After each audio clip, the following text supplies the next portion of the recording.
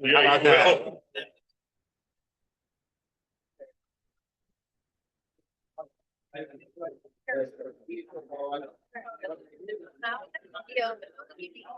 There we go. There you go, ladies. Nice job. Got something on. Need a little.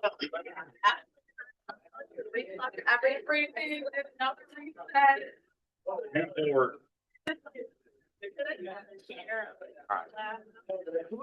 We need a gavel. I guess I'll have to, yeah. Guys, All right. you need a gavel. Yeah, Yeah, we need a gavel. I'll have to get one.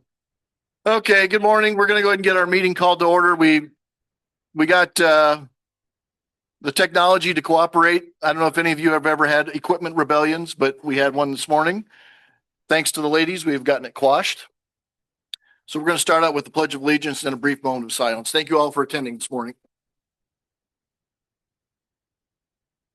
Pledge allegiance to the flag of the United States of America and to the republic for which it stands, one nation, under God, indivisible, with liberty and justice for all.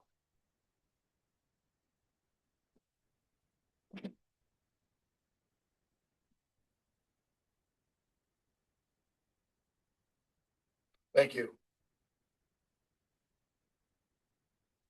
Obviously, we have quite a full agenda this morning, but all during this, we're also mindful of the active operations that are on behalf of our country. So we're mindful of what our military and our services are doing for us at this point as well. This morning, we need to start out with approving minutes from previous meetings.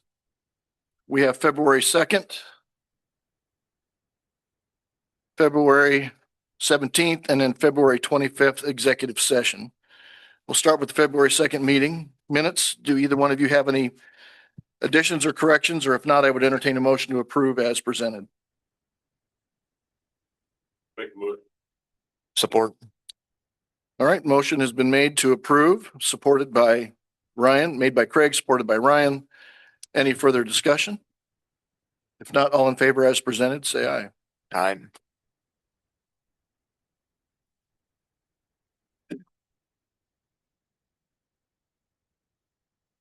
Next up was the special call meeting of February 17th, 2026. Once again, same question. Would any one of you gentlemen want to move and approve as is or note any changes or additions? Make a motion to approve. Ryan makes the motion to approve. Do we have a second? Supported by Craig. Any further discussion? Being none, all in favor as presented, say aye. Aye. Those are approved.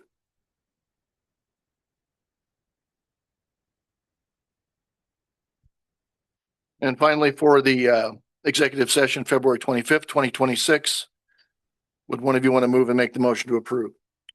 Make a motion to approve. Support. Craig makes the motion to approve, supported by Ryan. Any further discussion? Not all in favor as presented, say aye. Aye. Aye. That's approved.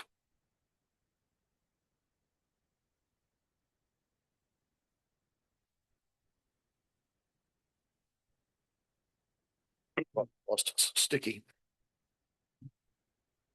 All right, next up, we have the claims. Monthly payroll claim distribution, check date of February 13th, 2026 of $532,217.83. The check date of February 27th, 2026 of $528,317.15. For a total payroll, including withholdings, $1,060,534,000.98. You've had a chance to review. Either one of you want to move and make the motion to approve as presented? Make a motion to approve. Ryan makes the motion to approve, Support. supported by Craig. Any further discussion? Being none, all in favor as presented, say aye. Aye. Aye. So that is approved.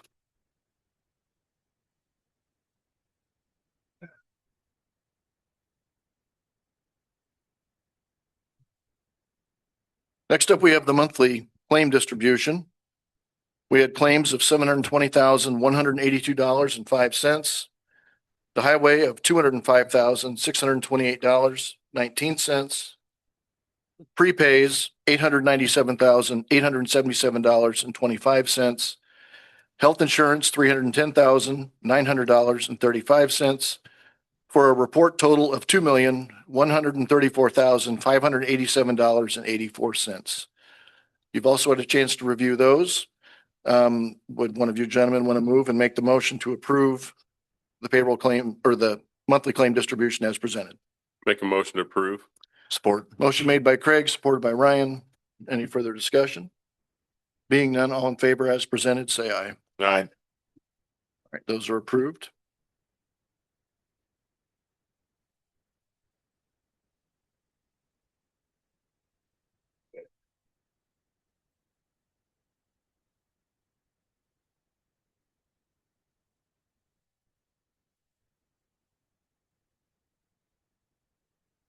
Thank you.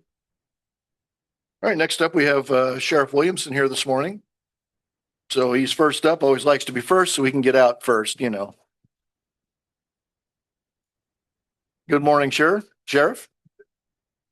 What do you have for us this morning? Nope, got to turn it on. Turn it on, gotta have the blue light. There you go. Thank you for that, being first. We just have a squad issue that we wanted to bring up, and I've talked to Craig about it. And I think I might have sent an email to all of you about it. But so we had a damaged squad up at Family Express when the individual crashed into one of our squads and then took off and ended up being apprehended a few blocks away in Wheatfield. But it totaled that vehicle. So being totaled, that particular Dodge Charger, we're going to get a payout on that to replace it. But it's like $13,000. So we're not going to buy much for $13,000.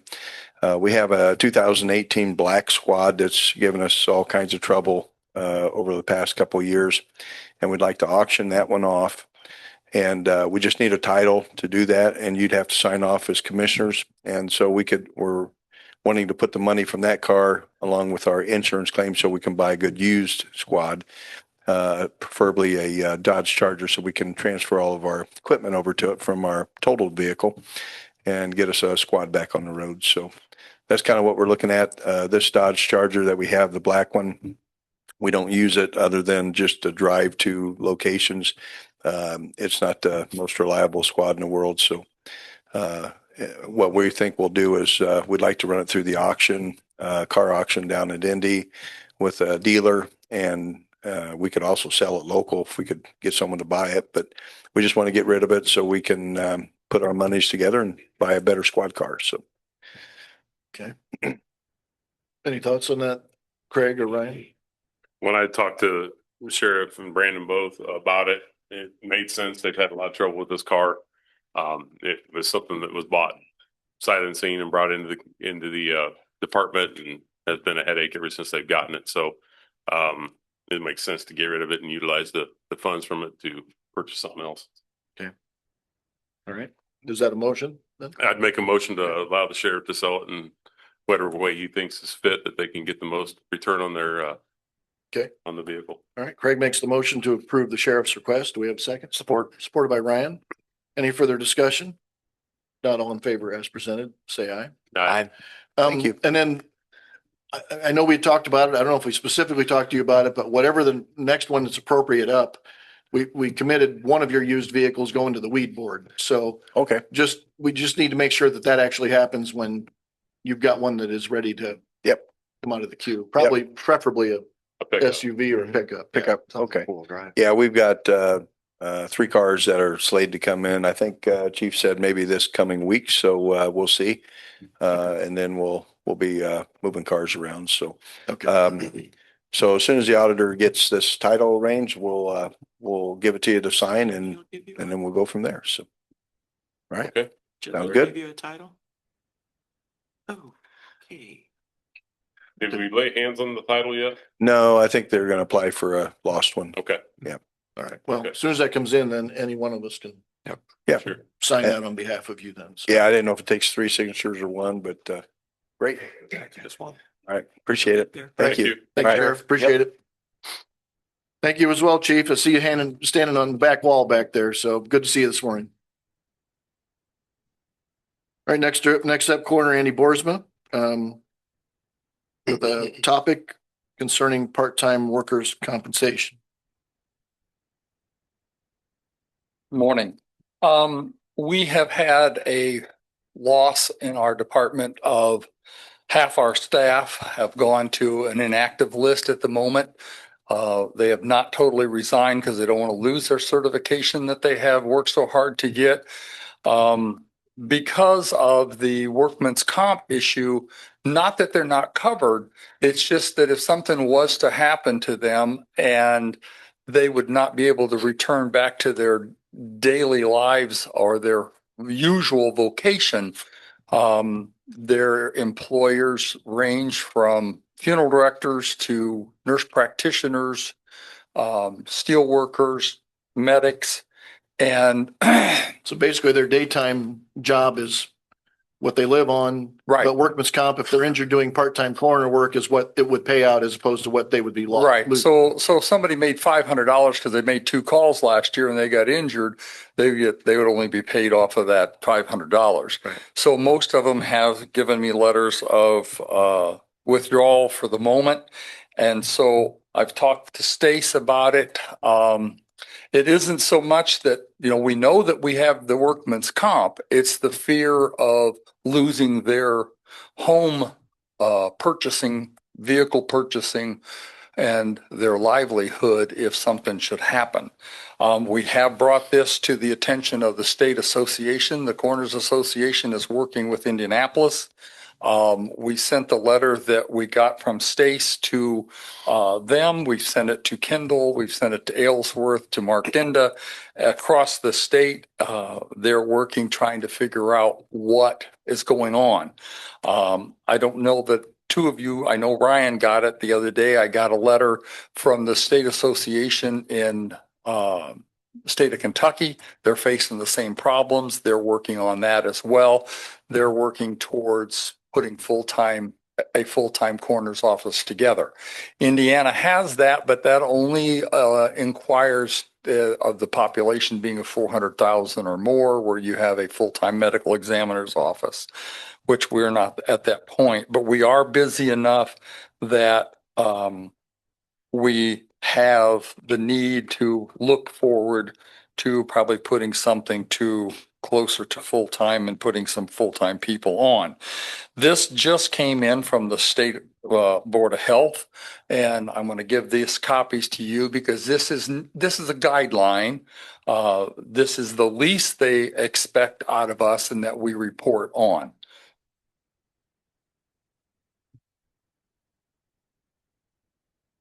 Being married to the auditor, you better make plenty of copies or you get in trouble. And that is a guideline that they ask for, and I find it kind of overstretched, I would say, but they now are collecting statistical data across the state, and I believe that that's what they're working towards. They're going to be working towards a full-time department in each county, or maybe in a bridge department for multiple counties together. I don't know what their thoughts are, but that all in that guideline there has to be collected, put in our report. We now have a new reporting system now the state has came up with. It gets implemented April the 1st, and all that stuff goes into that document. It's called Cohero, and it's ran by the state. And it's the purpose of it is, my belief is how they explained it, is that way the State Board of Health, and if it's a violent crime or whatever, they can have access to statistical data from each department throughout the State Board of Health. And that first entry we did on a case the other day took just a little over an hour and 20 minutes to fulfill one report. And so, and we're still having to do both sides of it, both the reporting systems. I hope that when they get this other system live, that we can get that hour down to 45 minutes, 50 minutes to get that hour and a half out of the way, and maybe eliminate the second one altogether, what we would call the first one we had before. So the CCMS, they say, is going to go away, and then we'll go to the Cohero, which is a lot more statistical data collecting that has to be gotten, as that's the guidelines that you guys have there. So I just wanted to bring it to your attention that we've lost half our staff. And again, it's not because they're worried about that, but if you look at that guideline by the state, there's so many things that could go wrong with the individual collecting that information. And I understand why the people are willing to withdraw after putting all that time in to get their certification. And we've had a good turn. We've had a good amount of people. Like I said, we've lost a nurse practitioner and a funeral director and a paramedic. So the question came up, we talked with Stace, our insurance agent provider, about short-term disability policies, didn't we? Wasn't that what we talked about, Stace? So are your folks willing to, if we're able to provide a policy that would cover something like that, are they willing to come back active or? I don't, well, the last one that I talked with was the nurse practitioner, and she, after talking with Stace, we kind of talked about that, and she and the paramedic both said no, because it would not be beneficial even with that, because the employer is most likely not willing to hold their position or hold their job open while they mend. Even if it's a broken leg, you're talking 12 weeks. And no, I don't think Belsters would be happy if you were out for 12 weeks, or the 150 would be happy if you were out for 12 weeks. I don't have an answer for this yet. And that's why I've asked the state association to get involved and the lawyers and that. But, Okay. they asked me to give them until the week after the session closes so that they can get with the legislators and with the state and get a more in-depth conversation, because right now they're trying to close out the last 2 weeks or the last week of the session. And then we can sit down and do more. But with the incident happening around us, Ohio, Kentucky, Michigan, that's looking like that's the way they're going to go, is a full-time department. And I don't know that we're ready to do that yet, but something that we have to consider if we don't have the help. Andy, how many part-time deputy coroners did you have before this? We had on a bond, we have open for 12, but we only have about 8. And with those, there are people that like one of them she works not construction, she works in the steel mill. So she works 8 to 10 hours a day. So she's not available all the time. One of them, the nurse practitioner, she works in Lafayette. So she's not available all the time. Basically, the ones that have covered most of this have been Nina, that works for me, and Teresa, who works part-time, which we're going to talk about doing something different in the next election, because the sheriff has agreed to, she works for both of us at the same time. She's still going to continue to do the work that needs to be done at the annex for him, but we want to move that all under one budget so that it's not confusing for everybody else, the auditor's office and timesheets and all that. And then we have Pastor Bill from Virgie, who is an Full-time. employee. Yes. And, but, when I look at last year, we had 100 and some calls last year. I went to the council as to how to pay him for his comp time, because he had 90 some hours of comp time in the last quarter of the year. And so we got to figure out how we can work that out with the part-time, but with the part-time people working, they're not available all the time. So the paramedic that worked for us, he works out of town all the time. And it's just not a job that you just can't walk down the street and say, hey, you want to be a deputy coroner and go out and pick up people and parts. And and things like that. Right. So, Well, obviously it'll be an ongoing topic, so keep us informed. we'll keep working at Um, it. If it turns, we need to consider those insurance policies as a stopgap, then it'd be interesting to get some costs of what that could possibly be. So, so I guess Stace, you could prepare us a quote for some of that if we would need to fall back on that option. Yeah, so there may already be some products in place, but that the county already has it. That already would, okay, all right, appreciate that. Okay, Andy, in your tenure, historically, what have you seen as far as injuries for deputy coroners? 26 years, right? 27 years. Yeah. As far in our county, we're really pretty cautious. You know, I'm pretty much a pain in the ass about things, about gloves and shoe coverings and hats and hairs and making sure that we have what we have to have. We're pretty good. Maybe a needle stick, somebody slid down the ditch bank, or some clothes, scraped themselves, cut their leg. Nothing that required surgery. So we were pretty fortunate that, like I said, we have a nurse practitioner and a paramedic that worked for us at the time. Why we pretty much a pulled muscle. Somebody had a little back strain, but nothing that we ever had to have an OSHA recordable over. So no lost work. Yes. Nothing for us. Good. Surrounding counties have had problems, but we're pretty cautious. well, I guess continue to be cautious in the meantime. That's all we can do. Thank you.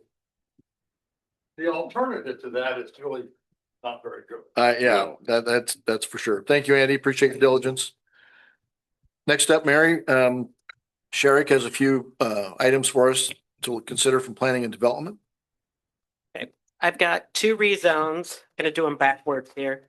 One is in Jordan Township. It is an 8.475 acre piece and needs to be rezoned to be buildable because it's in the A1 district that requires 10 acres. So the Plan Commission recommended that unanimously. Okay.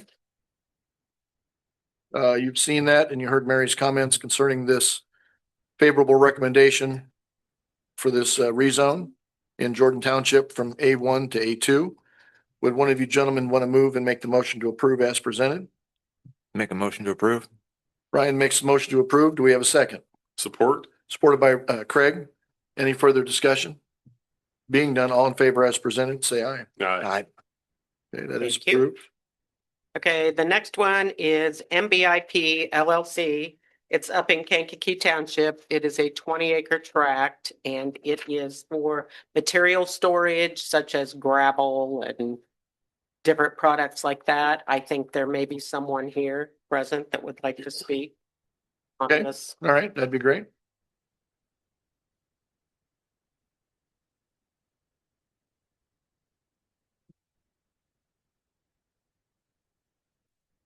Good morning. My name is Bill Ferngren. I'm an attorney in Valparaiso, Indiana. My address is 570 Vale Park Road, Valparaiso 46385. I'm here this morning on behalf of the petitioner MBIP LLC. Danny Marshall, sitting here alongside me in the first row, is a representative of my client. As Mary indicated, this comes to you from the Plan Commission. Back on January 26th, we went before the Plan Commission for a public hearing after notice, et cetera, and left that meeting with a favorable recommendation unanimously to rezone this property from its current zoning ag to the I2 classification. There were some conditions attached to that, primarily no hazardous types of materials, that we needed to have drainage board plans and approval, and along with that correlated would be erosion control plan. So since that time, time goes a little quicker than maybe we hope. Just recently, I received the draft drainage plan and erosion control plan from our engineer. Those I delivered just before the meeting and emailed them. Hopefully Mary got a copy yesterday. Incidentally, the property, that's negligible issues with respect to drainage. It will simply be overland flow, just like it does today. Erosion control measures will be put in place and so forth. So to the property, 20 acres located on County Road 1400 North, located immediately to the west of the NIPSCO property, just south of Georgia Pacific. And we're looking to rezone this property to allow, as Mary indicated, the outdoor storage. When I first got in touch with planning staff, I wasn't sure what zoning classification for my client's use was appropriate. We determined that the I-2 was the natural fit for that. And again, it's outdoor storage, stockpiled materials, and use of equipment related to that use. And in the petition, we set forth the types of materials, which would be generally clean aggregates, both fine and coarse, topsoil, earth, rock, clay, asphalt, other types of materials you would normally expect for that sort of stockpiling of materials on a site such as this. So when we're looking at a rezone of property, what do the county commissioners ultimately need to look for? And you're guided primarily by your comprehensive plan and your ordinance. And what it asks you to do, or directs you to do rather, is to pay reasonable regard to your comprehensive plan, including current conditions, what are desirable uses for the land, how do you conserve property values in the community, and also responsible, orderly growth. We believe that this piece of property, as it's proposed, meets those criteria. First, its adjacent zoning and adjoining uses are similar or perhaps even more intense than what we're looking to do here. The materials stored on the property would be, as requested by the Planning Commission, not to include any hazardous types of material. We're not seeking any relief from your ordinance with respect to where we can store this material and otherwise deviate from the plans that are required under your ordinance to submit for a building permit application. Importantly, there's no burden on the taxpayer. Currently, the property is essentially vacant land, but the adjoining uses are primarily the same. And here we'll just continue that type of use, which again, going back to your comprehensive plan is an orderly extension of industrial uses next to this property. The comprehensive plan also talks about keeping industrial uses together to minimize traffic impact and other burdens on taxpayers. Here, again, we think this is very much in keeping with that the roads used in and around this property are already being used for these types of purposes. The burden on these roads will not be anything more than what they already experience today. And my client is, this is what they do. They're in the heavy highway construction business, so they're very familiar with the impact and how these operations are undertaken. And they specifically identified this property as one that would be suitable. If it wasn't, they wouldn't want to be located in this location. And the reason why they're here, they feel like they want to expand their growth, grow their business in Jasper County, identify a need, and are looking forward very much to being a part of the Jasper County community. So going back to the commitments, again, I wish we had been able to provide that information to you a little sooner, but we're prepared to go before your drainage board now that we actually have information that we can present to them. We're to discuss both the erosion control and the drainage plan. And with zoning in hand, assuming that day comes, we would follow whatever your ordinary course is with respect to building permits or site improvement location permit, as it's called under your ordinance. So with those things in hand, we believe this is a good location. We've studied it. We're doing the best we can to make sure we follow all of the terms in your ordinance and look forward to being a part of the Jasper County community. Vince, have you gotten a copy of this? So there was a copy sent to us yesterday afternoon. They will be on the April agenda because they did not have things in time to be advertised and stuff. So they will be heard in the April meeting. So whatever you guys do today contingent on drainage board's review in April. Yep. Okay, and then I had just one question. So you mentioned, no toxic materials, and it's basically just raw aggregates and so forth. But you would not be putting in any, what I guess, non-toxic byproduct of any type? Is it just? Not any non-toxic byproduct? Yeah. Yeah, and I guess whatever your ordinance requires as far as hazardous materials, there's certainly we're not seeking to put hazardous materials on the property. If your ordinance permits it, that's the type of product that we'll be putting there. Okay. Would this be stockpiling only, or is there potential for screening or crushing operations to be set up on this in the future? Danny, maybe if you could answer about what the screening and. Danny Marshall, I'd like to have the availability to do that should it fit within the zoning, but there's not a set plan for that operation down there. Because you would be subject to an air permit, obviously, if you're going to do screening, any sort of power screening, Understandable. other than just a, stationary bar screen. Okay. And we would have to revisit that again. Because the way I'm taking it now, this is stockpiling material, trucks, loaders, pretty much it. General purpose construction yard Yeah. for me to stay relevant in the area with upcoming work that I'd like to be able to be a part of. And it helps me Sure, be a part of those projects. sure. Brian, any comments? No, sat in on the plan commission meeting as well as Vince did, and I think, depending on getting that on the drainage board and running this contingent, I think we're in good shape. All right, so I guess that I would entertain a motion to approve this favorable recommendation contingent drainage board approval, which would be subject to the April meeting. Is that what I'm understanding? Yeah, I would make a motion to approve the rezone subject to drainage board approval in April, for the purpose of stockpiling.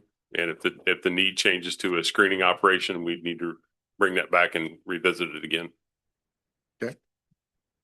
Craig has made the motion. Do we have support? Supported by Ryan.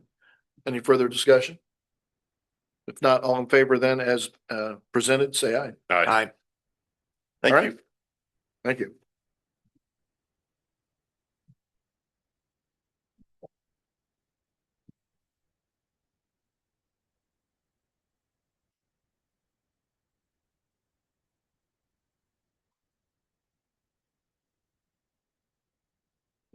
Is Eric George on, I don't think he's here today.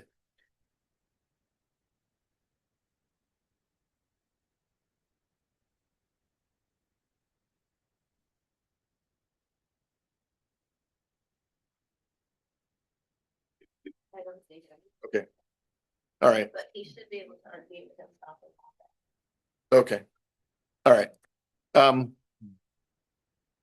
Looks like we'll skip the discussion for the moment about potential overhead projector and a screen for this room. But we can, if we don't circle back around and talk about it today, we'll definitely make sure that we have them here to talk about it for the April meeting with a potential backup camera, even though we got this one to work. All right. We have some mowing bids for our various facilities.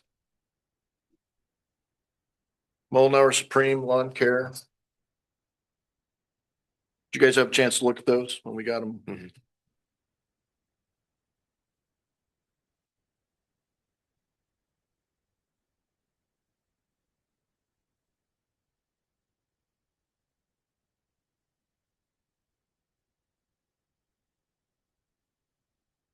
Okay, this looks like fertilizer and weed control. For the Surveyors Office, $662.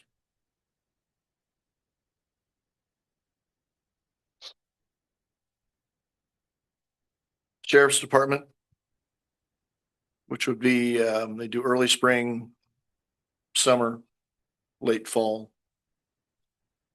Total of Sheriff's Department is $3,100. Rub control as well. For the courthouse, $1,680 with those same applications. Finally, here for the health department, $1,400. Do you want to look at these or have any questions? Pretty much what we would have had in place previous years. Mhm.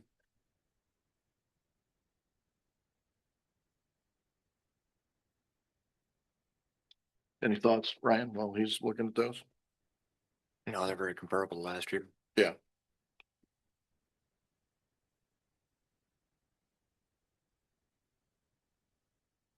All right, would one of you guys want to move and make the motion to approve the lawn care for the chemical application as presented for the locations I had indicated? Make a motion to approve. Support. All right. Motion made by Ryan, supported by Craig. All in favor as presented, say aye. I, I know out there, it's not a very exciting topic, but if you like to use the courthouse lawn, you want it to look nice, so there you have it. On that subject, while we're there, it was on my list for later on. We need to solicit bids to get Guess we should, do we need to sign on one of these? the lawn fixed from where we trenched last year and Yeah. did some construction work up there and then as well as the drainage from the building out to the sidewalk we had talked about last year. And I think, where's Jack at? he stepped out. Jack, okay. I think that coincides with the basement ceiling. Get that all done at the same time. I know I saw him send an email out to get that Correct. basement fixed again. Yeah.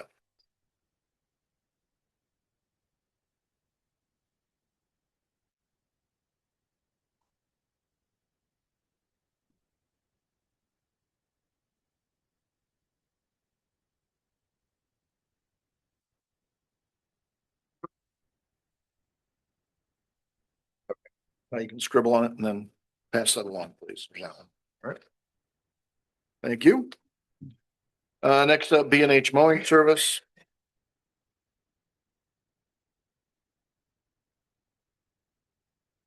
This is the mowing bid for the Jasper County Fairgrounds. Would be pretty similar to last year, $750 per mow. And they start April 1st and end by the end of October. October 30th. They have their insurance and all their documents in place. Would one of you guys want to move and make the motion to approve that bid for mowing at the fairgrounds? I'll make a motion to approve. Court? Ryan makes a motion to approve, supported by Craig. Any further discussion? Not all in favor as presented, say aye. I All right. think I saw Homer in the crowd. Is he here? Yeah. Wanna- I know he does a fine job of getting Yeah, ready you for want the to, fair. want to make any comments about our fantastic fairgrounds? I live next to the place, so I hear his tractor and their mowers going all summer, so appreciate it. It's definitely a better look than what it was when I began 4-H and we mowed it the week before the fair with bush hogs, right? eight and fourth and bush hogs. Cleanup week was cleanup week, not just a day. So yeah, looks nice. Let the cows and the goats mow it down. Wouldn't do one more.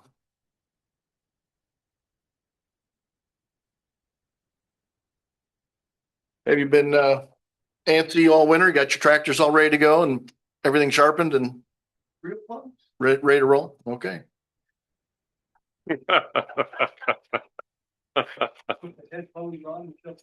There you go.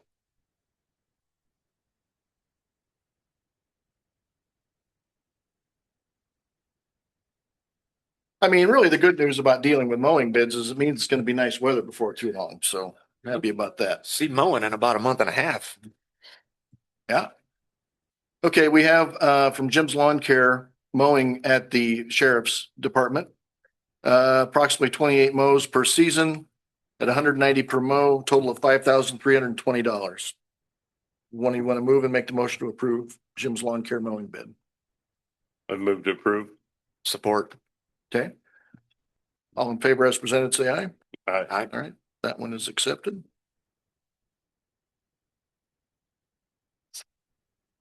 Give you that now.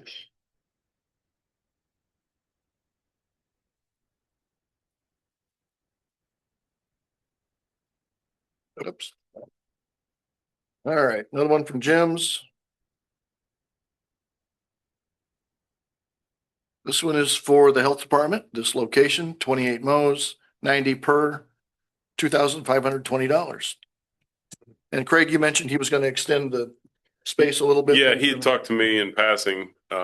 There's 15 feet out here on the ditch bank that was never part of the mowing. There was always trees there and they removed the trees. Somebody, we don't know who, I would assume probably St. Joe had been going down through there a couple times a year with a bush hog mowing it. Kind of looks a little tough, but he's going to extend the mowing Okay. to the ditch Good. top for this year. Okay. All right, with that in mind, you've heard the number, 2,520. Would one of you want to move and make the motion to approve Jim's bid for this location? I'll make a motion to approve. Ryan makes the motion. Support? Craig supports. Any further discussions? Not all in favor as presented, say aye. Aye. That's approved. Hey, Jack, I see you're back in the room. Did you ever get a response back from Hodges on the courthouse basement yet? I just walked in the other room and called Harold. He did not answer, but I told him you were commissioners, if you got a chance. to text those, you know, I'll try again. For you. All right, thank you, sir. Next up, this should hopefully make our city partners happy. We received a bid for Laird's Landing to mow it approximately 14 times at 35 per time, total $490. That's the boat launch just east of town. It was kind of no man's land as to who should take care of it. We didn't want, I think the city was running mowers down the road to get to it, right? We don't want that to happen. There's not a lot of room across that bridge. So So let's be clear. I mean, this is kind of a trade-off, right? Yeah. They're gonna do some landscaping care Right. for us Yep. up around the courthouse. That we kind of are in no man's land with finding somebody to do that. Right. And as things develop at the farmer's market. Pavilion. The Mhm. pavilion area, they're gonna do the maintenance on that and upkeep of that. So this is our trade-off for them doing that. Pretty fair trade. Yeah, Yeah, I think we'll take care of the mowing for them. all right, So one of you guys want to move and make the motion to approve that bid as presented? I'm making a motion to approve. Support. Motion made by Craig, supported by Ryan. Any further discussion? Being none, all in favor as presented, say aye. Aye. All right, that's approved. Just make it all grab. Well, there's not a lot of grass there anyhow. I mean, And like I had told Jim, I said, you know, you take a look at it, understand there'll be multiple days you won't be able to mow it because it'll be underwater. But it does need to look nice. This will be the year. Yeah, yeah. Only if you have flat rocks, because we'd like to skip stones, right? Well, there's a lot of them out there. Yeah, That's why I'm kind of wondering what are we throwing? It's all gravel. well, I mean, The picnic table. it's kind of around that. Yeah, Yeah. that island there. Okay. All right, got Jim's.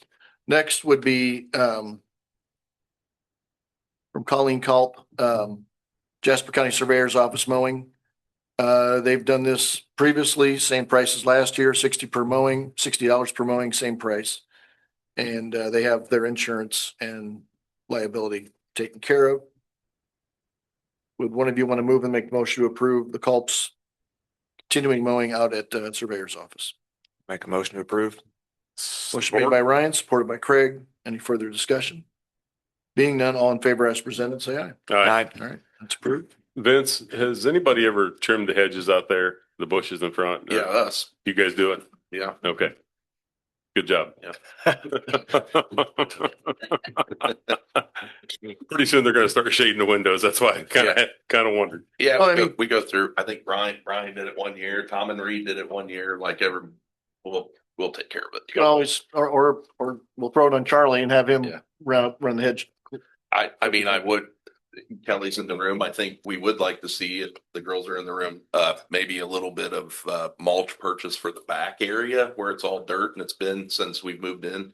It'd be nice to just clean that up a little bit for people coming in the The back, handicap you know. access. I mean, just take a look at it and see what you think. I think just to tidy it up for spring, maybe have a spot for all your geraniums, you know, and stuff like that. You know, they sell those, and sometimes they don't get rid of them all. Maybe we can put a few things in there like that. I don't know. It's just an eyesore. Weeds are out of control in there at certain times of the year.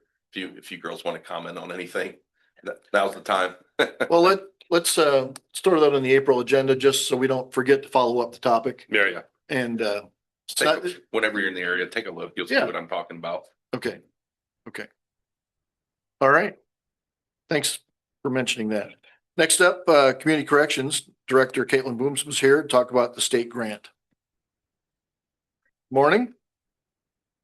So it is grant season. Our grants due April 1st. So I'm just here. I believe I sent a copy, so I'm assuming you guys have a copy of my proposed grant budget and our ask for the state grant.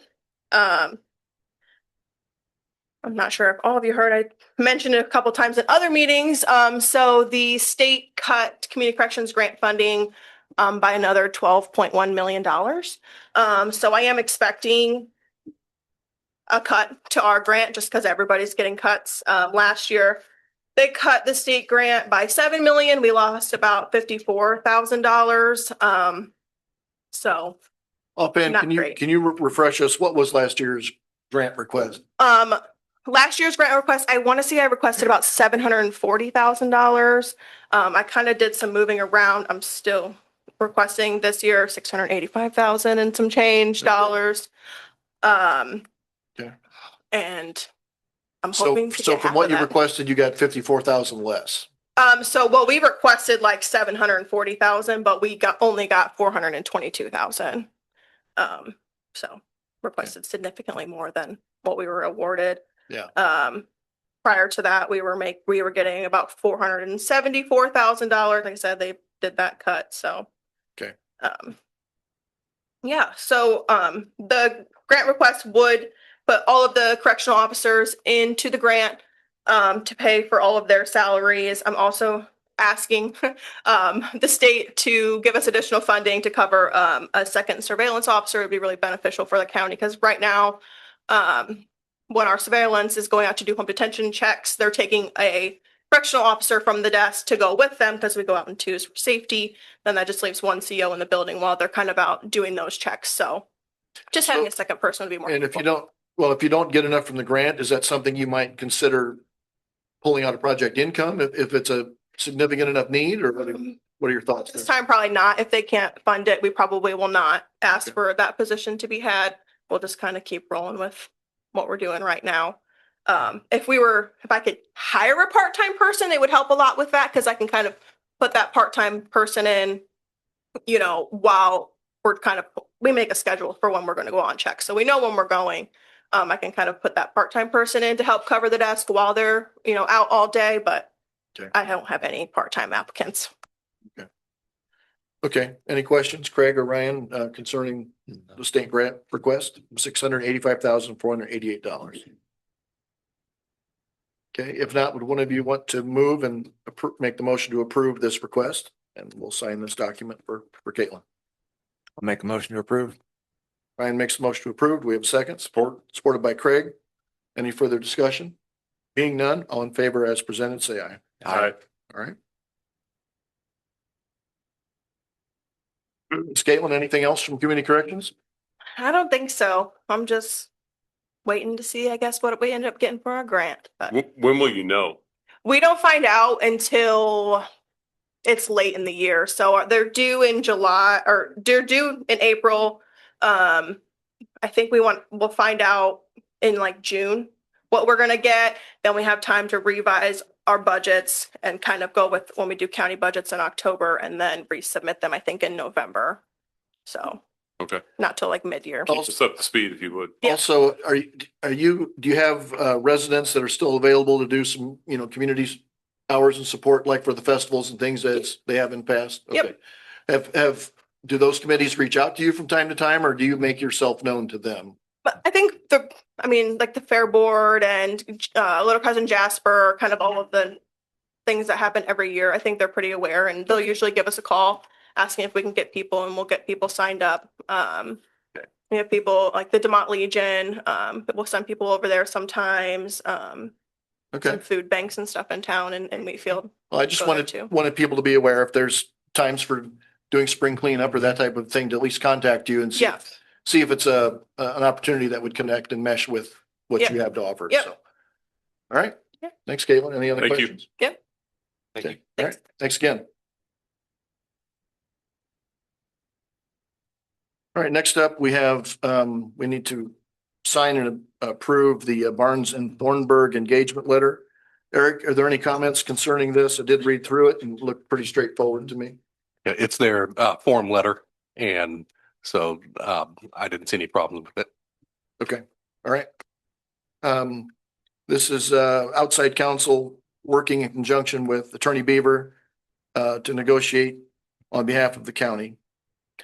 Craig or Ryan, want to move and make the motion to approve this engagement letter as presented? I'll make a motion to approve. Ryan makes the motion. Do we have a second? Support. Supported by Craig. Any further discussion? Being none, all in favor as presented, say aye. Aye. Okay.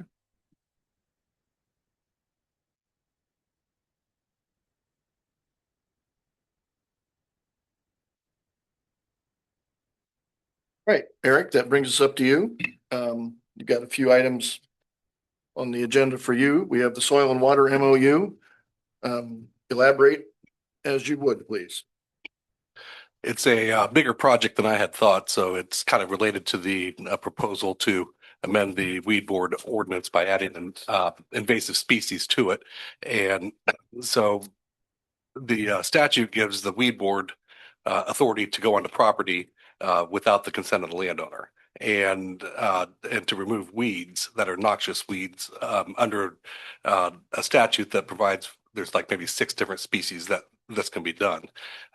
Then you have a separate statute that provides for different types of plants, which includes invasive species, and it's the township that has the authority to go onto property without the consent of the landowner to remove those. And the costs then go back to the township. Well, the state establishes separately by a statute the Soil and Water Board or Water Conservation District, and they have no authority to go onto anybody's property unless that is something that is being consented to by the landowner. So I think that we're going to have more hands on deck to delegate authority.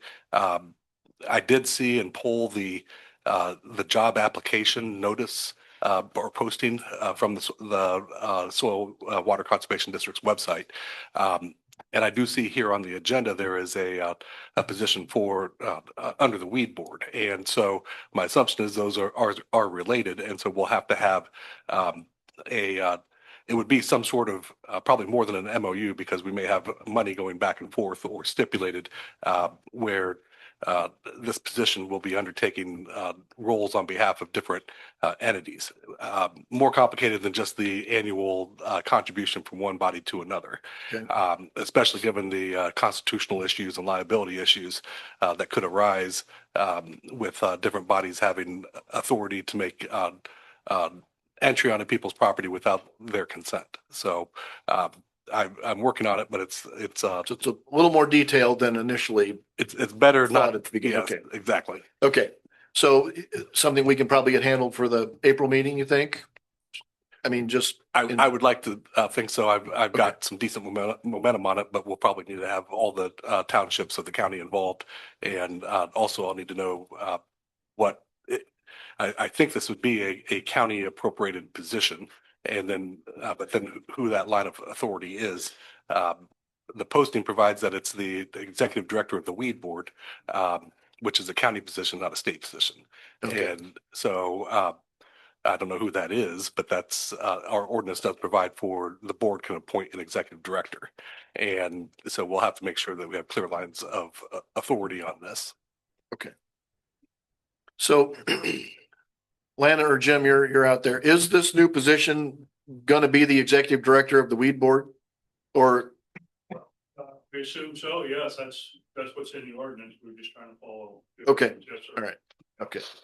Okay. The posting provides it would be reporting to the executive director. So if this is the executive director, well, then that's something that tightens that up a little bit. Okay. All right. Thanks for that clarification. Eric, do you have any other questions for Jim or Lana while we're on the topic? You have a nice website. If I could have your email addresses and you can give those to me, that I can be in touch with you. Okay, great. Thank you. Thank you. All right. We already touched about the courthouse building and grounds, the basement. Jack, you haven't heard anything back yet, correct? Okay. Back to Eric again. EDP invoice and construction compliance. That's kind of been a topic. We have a few outstanding invoices that we needed funds from the developer to come in. Where are we at with that? So Jake Damerald did get an email to me with the invoices that are awaiting payment, and what I'd asked for is there anything else that would be paid under the cost sharing agreement? And the answer appears to be unclear because we have other portions in our road use agreements where we've had amendments and where their design costs, like for example, the culverts are included on the schedules themselves. And so it would not be a separate payment that would need to be made unless we're going to expand the use of the cost sharing agreement to cover costs that are already covered elsewhere in the road use agreement. So I think that, and I did talk to Jake on Friday about this, and he understands it as well. I've copied an email on that. I expect that I'll be able to work out with Phil those things. So if some of those invoices are actually would be applicable to some of the money we've received for those other, the infrastructure or whatever. Right, going forward. Okay. And I do have an itemization of the invoices from, or that are awaiting payment, which then I'll get copies of those from the auditor's office and send those off. So Okay. that should be something I can get out to EDP this week. Okay. All right. Thank you. At least as far as the present bills, and then we'll determine if any future work needs to be requested. Okay. All right. And then we did receive payment, our second payment for the Dunsbridge EDA, I believe last week, if I recall correct on that. So thank you for helping to get that invoice out. So that's been received. I believe Sarah picked that one up. Okay. All right. Thanks, Sarah. I think she's online. So very good. And then we need to make sure we get the invoice to EDP for the first payment of the wind farm economic development agreement payment, which will be arriving in June. And I just brought that up because I wanted to make sure we get that invoice, even if there wasn't a provision that we have to send an invoice, we want to send an invoice anyway for our records at least. So. Okay, I will include that on my request that I get out to EDP this week. Okay. All right. Thank you. Eric, any other topics before we move on?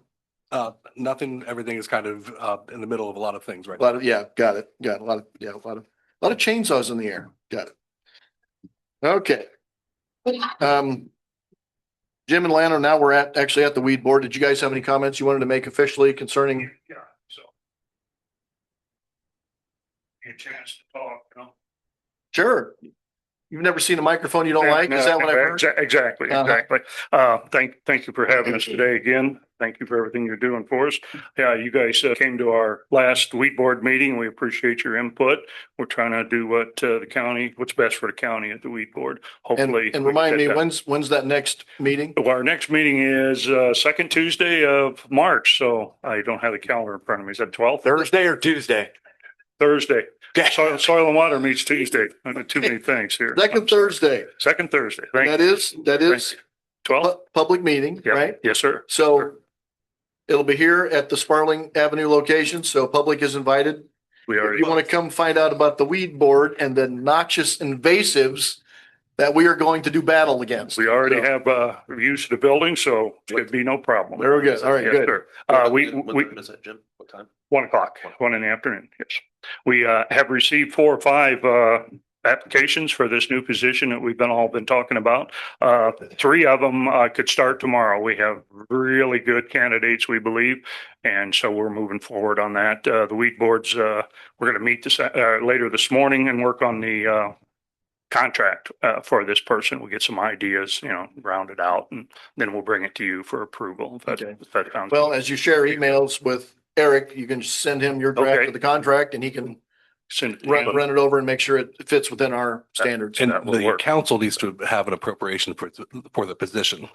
And so now I'm clarified on my end that this is a county position. So council needs to appropriate. Okay. So yeah, make sure you're on council agenda. Okay, will do. One other thing, the Jasper Newton Foundation has generously provided us with some money. They have what they call a designated donor fund. That's for conservation. From that fund, they've given us $1,700 to be used and for activities, outreach, that sort of thing. And then their community grants fund, they've given us $5,000 to go to salary for this new employee. So this will be more money available. We've got money from one of the townships for programs. We've got $2,500 been pledged from Jordan Township. So we are getting some help there, and we'll keep looking. So will you have enough time to get this person employed and actually deploy and do some spraying or whatever this spring, or what's it look like? We're not going to be the early spraying like we Okay. wanted to. I think it'll maybe a little bit later, like probably not till we won't get boots on the ground. I'm thinking June, Okay. which after a lot of the plants after they go into remission, the dry season, that's Yeah. the best time to spray them. So Okay. All right. we're hurrying. Maybe the middle of this month, because it's March already, right? Yeah. Where did the year go? But yeah, that's what we're thinking. We're interviewing next week. We've got three interviews in scheduled for next week. So after that, we'll probably be making our decision. Okay. Okay. Great. Green, I think you need to give him some signs like America's Most Wanted for poison hemlock and things like that. You gotta have a little office decor.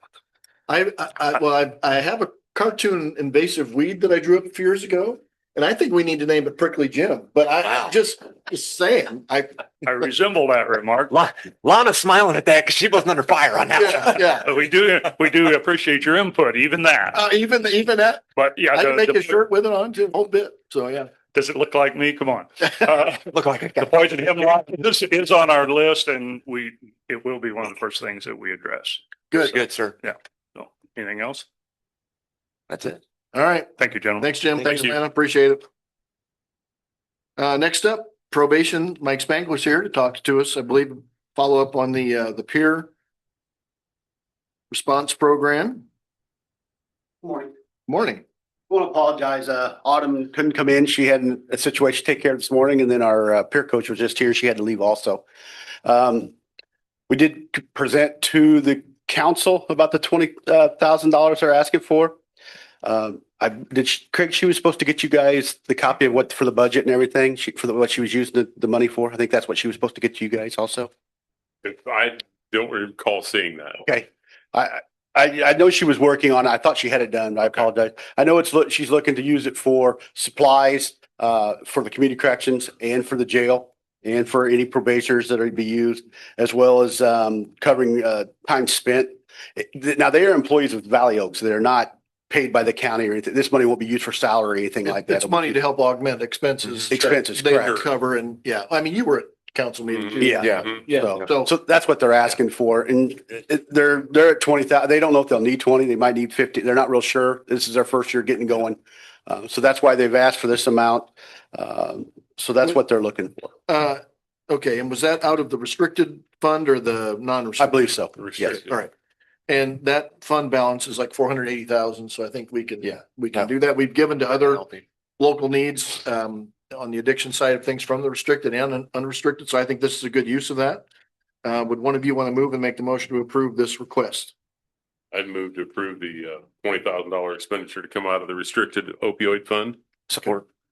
Motion made by Craig, supported by Ryan.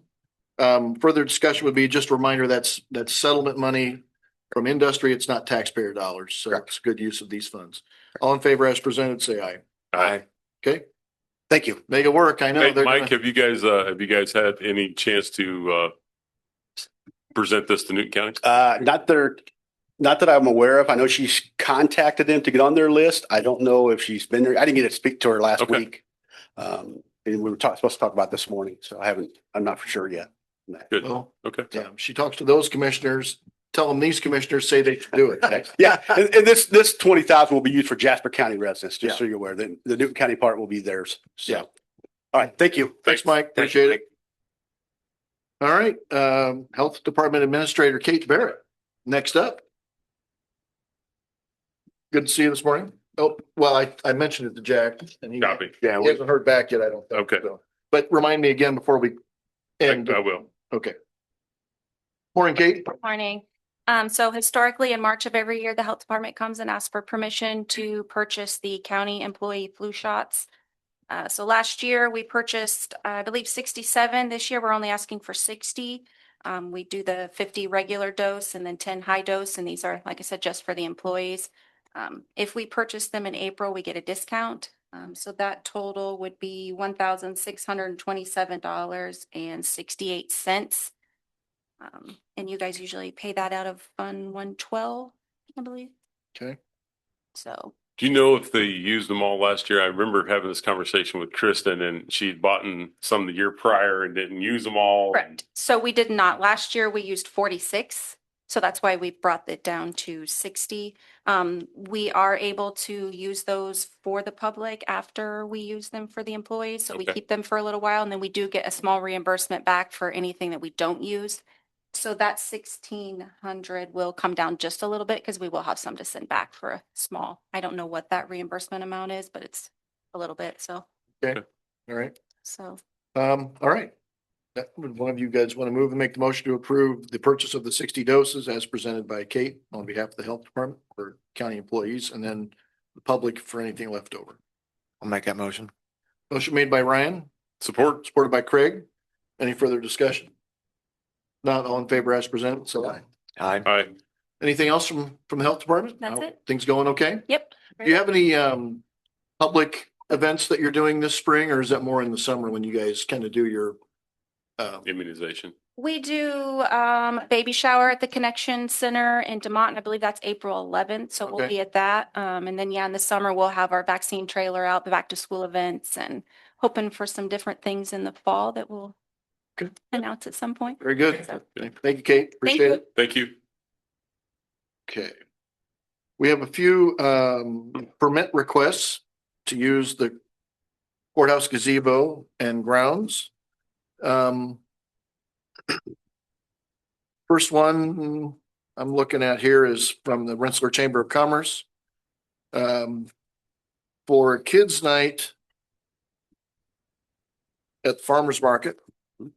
You guys probably saw this. It's during summer. They want to be able to use the lawn like they did previously.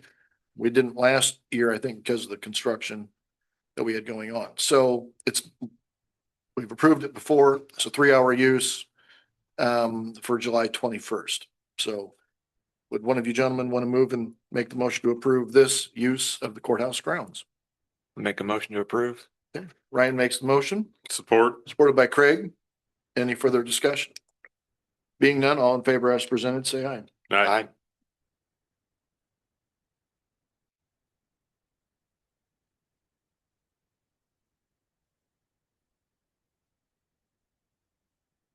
Okay, next up, we have from Sonia Hayes, from Wheatfield on March 28th. They would like to use the northeast corner, that'd be quadrant 2, for a No Kings protest. Expecting around 25 people. That'd be from 12 to 2 on that day, March 28th. 25 or so people. Believe they did use that area last year. I don't recall, did we give use of the yard? Because the sidewalks are technically city, aren't they? I mean, I guess. Do you recall? I do not recall. Okay. I think the important thing was not to impede traffic if there was to be traffic there, so. Correct. Green, there was permission that was given inside the courthouse retaining wall. But then the applicants didn't want to be inside the wall. They wanted to be out on the sidewalk, which is a public way. So really they can be out there probably without even a permit, so long as they are not impeding traffic. But they would need the commissioner's approval on. If they decide to stay up in the yard. Okay, all right. Well, we did approve before, so. And also, I think from a liability standpoint, you want them to use the steps and not climbing over the wall, Yeah. even though that's what everybody does. Right, yeah, okay. All right, as long as we're covered on that. Would one of you want to move and make the motion to approve this permitted use of the courthouse grounds? Make a motion to approve. Ryan makes the motion to approve. Do we have a second? Support. Supported by Craig. Any further discussion? If not, all in favor as presented, say aye. Aye. All right, that is approved.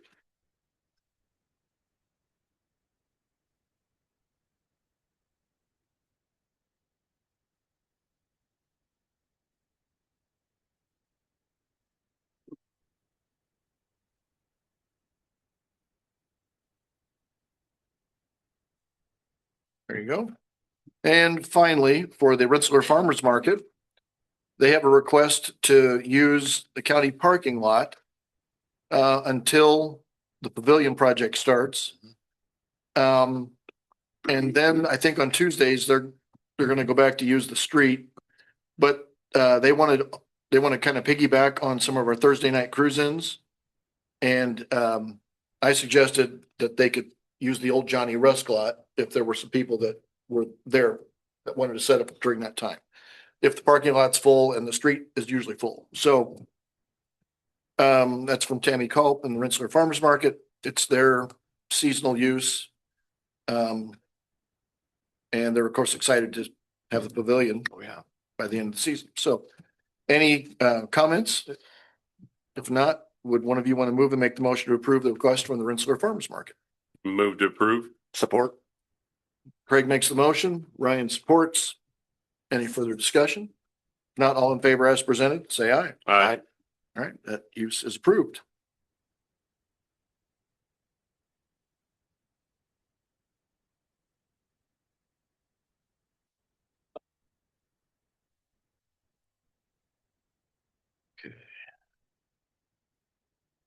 All right, Sharon, you've been waiting patiently. Jasper County Community Services.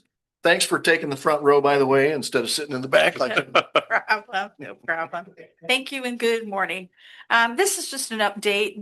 I had spoken with Ryan. We had a discussion on our mowing at Rensselaer Center, the Jasper County Community Service Center.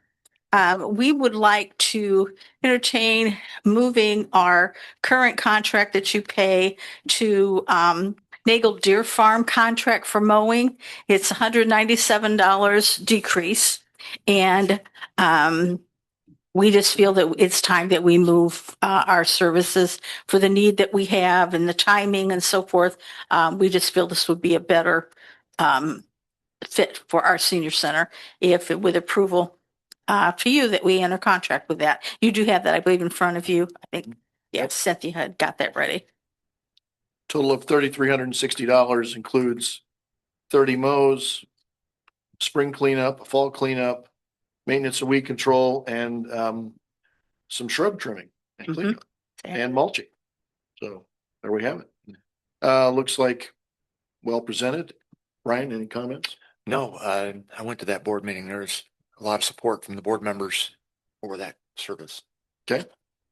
Would one of you gentlemen want to move and make the motion to approve this request for Nagel Deer Farm 1959 LLC to do the grounds care lawn mowing at Rensselaer Community Center? There wouldn't be any issue with this of him being an employee out there too, as far as conflict. Oh, I don't think so. We have a confidentiality policy that someone has to do, but yes, I'll do that. We've done that in the past. You tell me if that should be an issue.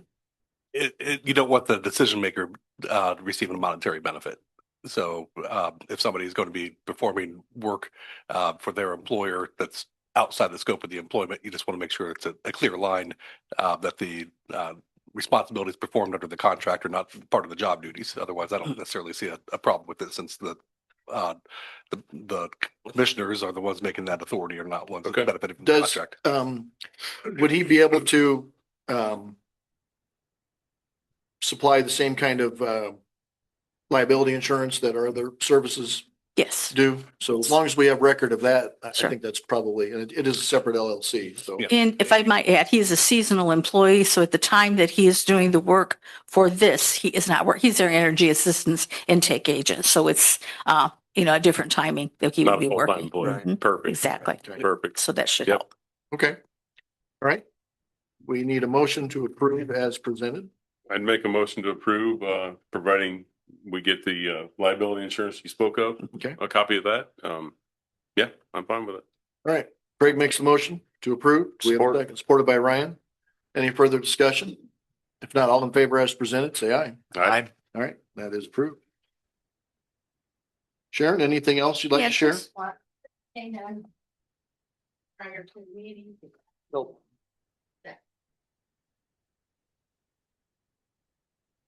We unfortunately at the Fozzie Center on the very front entry door, I do not know what happened, but the door would come open probably about every 10 minutes all on its own.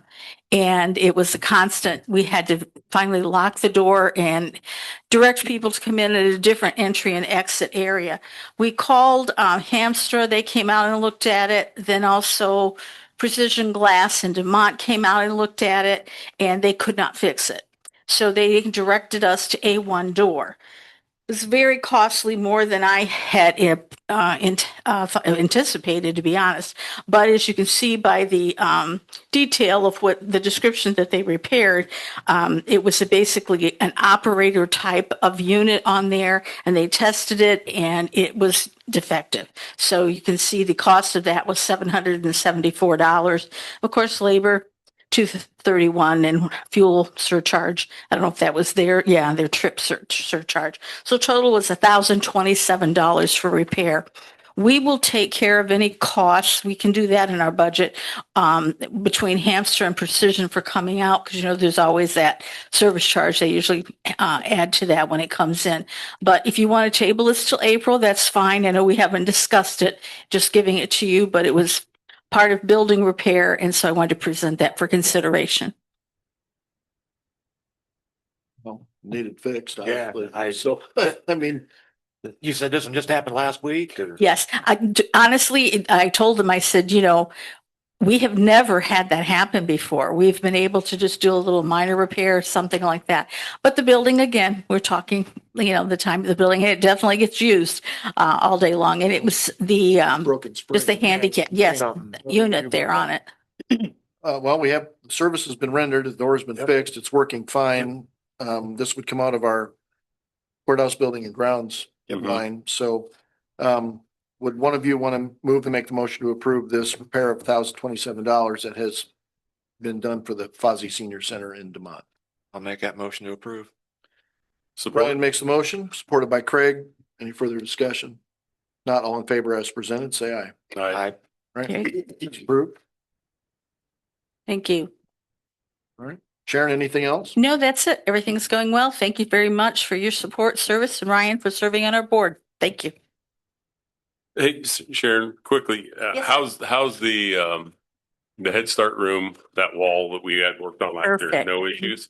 Gonna be real quiet. Well, Perfect. No problem. No, it's okay. I guess. Yes, as far as we know right now, we don't see any visual problems, no discoloration on the wall or anything like that. So I think you guys got We it. got something fixed. No, we're good. Good to go. Thank you so much. All right. Thank you, Sharon. Appreciate it. And Ryan, thanks for the whippersnapper you are being on the board. So appreciate that. I liven up the place. I have no doubt, I have no doubt you do. I've been told that. Oh, that's good. All right, Stephanie Johnson and Judy Caney are here from the Jasper County Historical Society. Going to give us an update. Yes. Did you get a copy of the document that I emailed you? I have copies if you don't. Yes. So we're here to talk about the historic village at the Jasper County Fairgrounds. The three buildings we're concerned about are the cabin, Rosebud School, and the Parr Post Office. Since the 1960s, the Jasper County Historical Society has tried our best to maintain those through fundraising. The county actually owns those buildings. So we are suggesting that the county hire Kurt West Garner, who is a heritage preservation engineer, to come and take a look at those buildings so that we can make a plan for repairs. So the county can make a plan for repairs. He does a lot of work in our area assessing the historic buildings.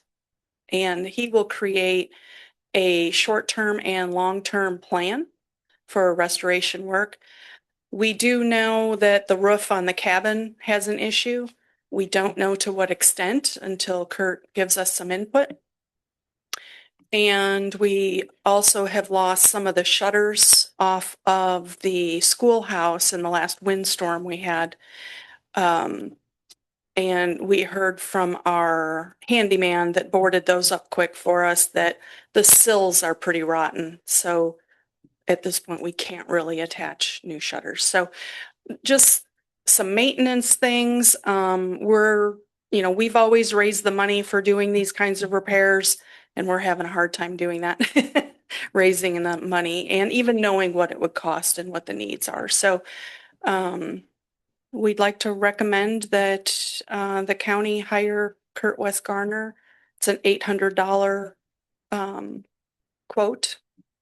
That's for And the assessment of what these needs would be. that's for the assessment and the report. And within the report, he will give us short-term and long-term plan, but he will also give us a range of approximate costs without getting all of the estimates. The Historic Society is willing to facilitate Kurt being there, getting that report for you, translating it if it needs to. And we are also willing to coordinate any construction efforts that So once need we to get happen.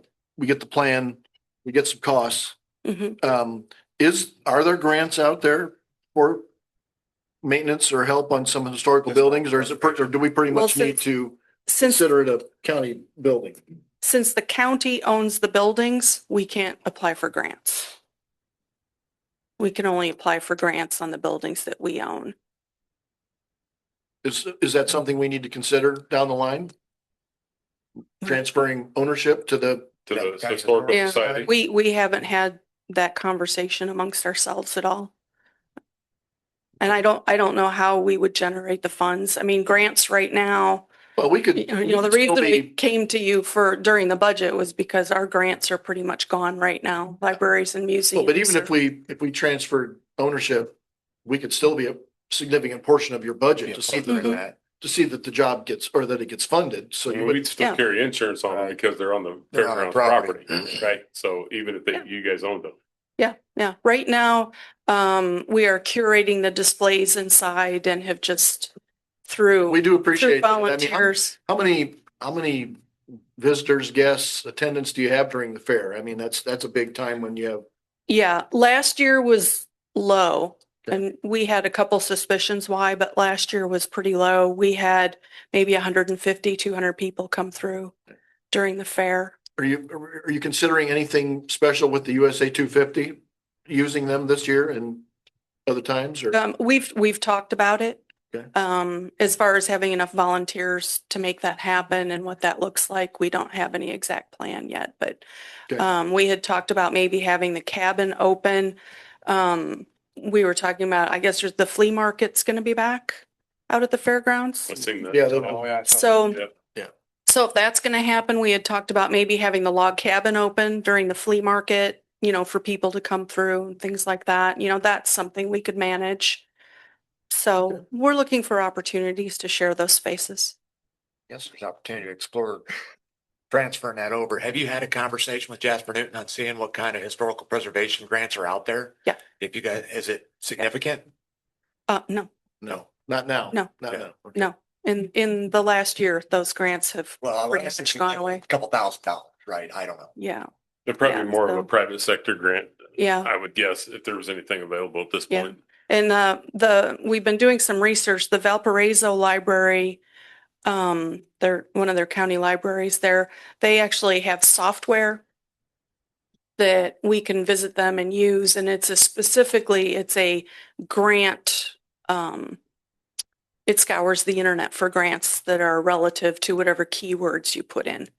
So that's an appointment we'll have in the next couple weeks, actually, is to go up and have their software scour the internet for potential grants. Let us know how that goes. Yeah. That would be interesting to see. Yeah, I guess you put in a bunch of keywords and things pop up. So, Well, in the meantime. Google grant. Meantime, they have a request of $800 to get this report done. Seems like it needs done. Yeah. Would one of you guys want to move and make the motion to approve that? Make a motion to approve $800 towards Jasper County Historical Society for. Okay, Ryan makes motion, Support. supported by Craig. Any further discussion?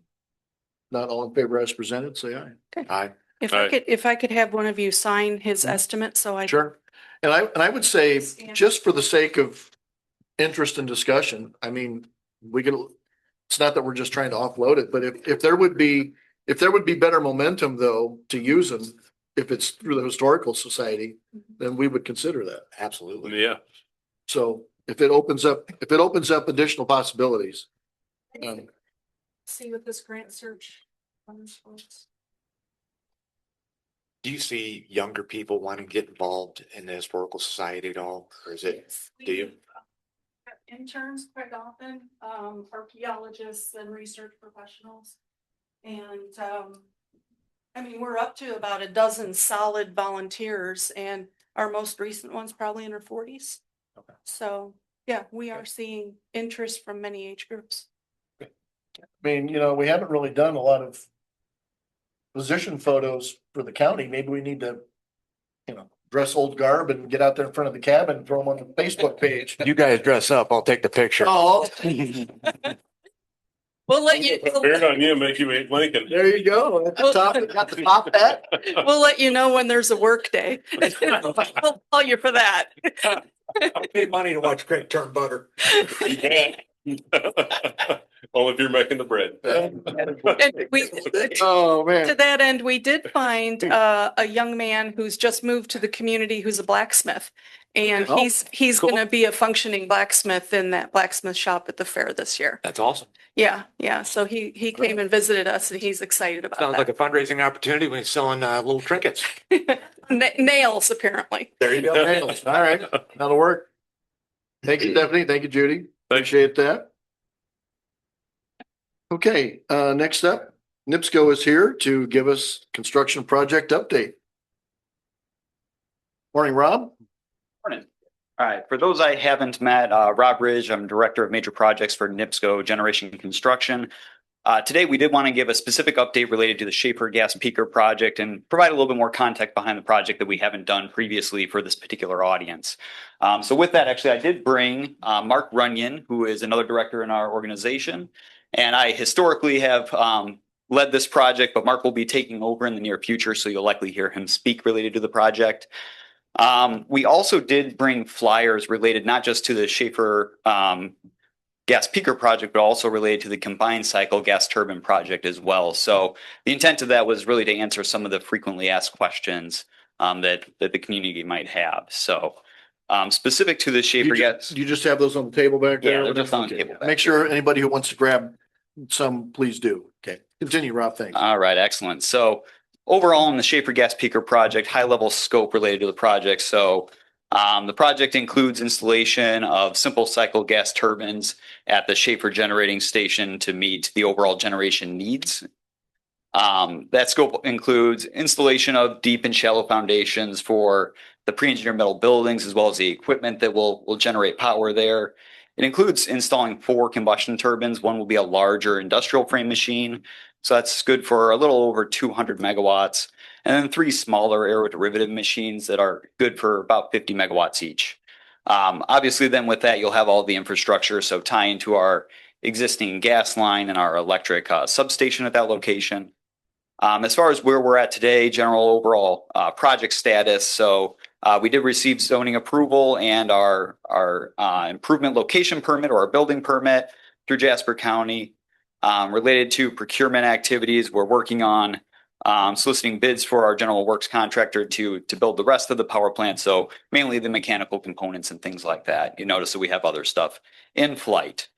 As far as when we'll start receiving some of that more major equipment, it will be at the second half of the year here, so June 2026, with other large components coming in January 2027, and then all the way through like the July timeframe is when we'll have some of the larger equipment delivered to the site. Overall construction is really focused on a couple of things. Main scope related to the main power area is the pre-engineered metal buildings that we're installing. So there's a control and admin building as well as a warehouse with a compressor building attached to that one. So we've been installing that. And then we've also been focusing in on the electric interconnect. So how we'll tie into the existing transmission system. So have a small collector yard next to the new units where those will be installed, as well as installing transmission poles to feed over to the existing Schaefer substation. So that's been the focus as of late. In the slides that we have, we do have a couple of photos here related to that warehouse and compressor building, as well as our electric interconnect. And then not to bore people to death with the details of combustion turbines and things like that, I did want to talk a little bit more of the purpose behind a gas peaker facility like this.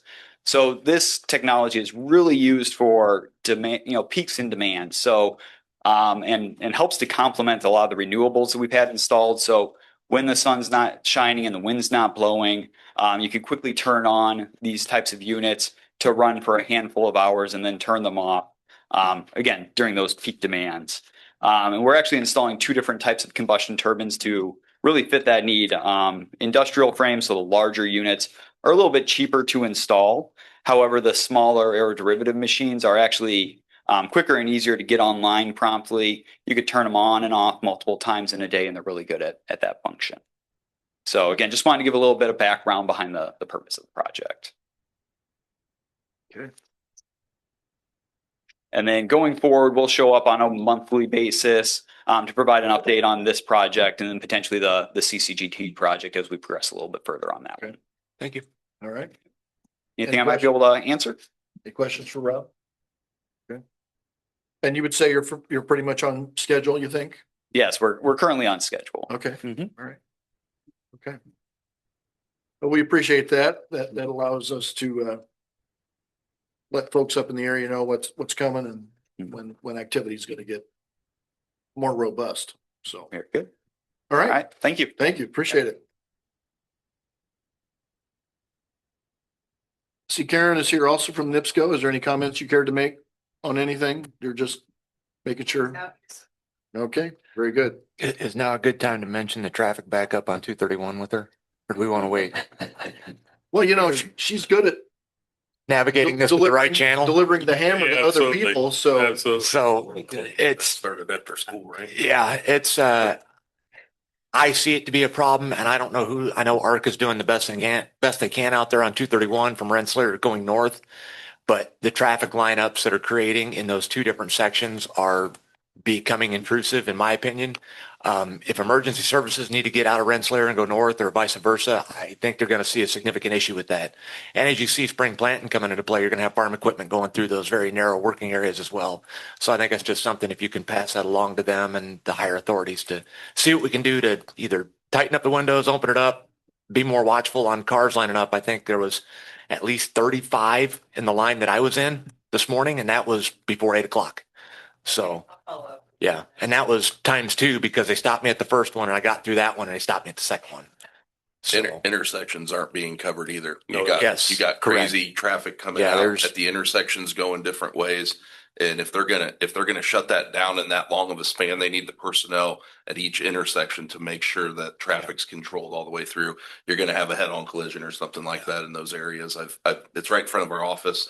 And it's ridiculous, Okay. the way that they're managing things. Well, even cars exiting out of their own driveways might not know where the traffic flow is coming or going. So yeah, might just be good to see if they can boost their management of that. So please pass that along. thank you very much, ma'am.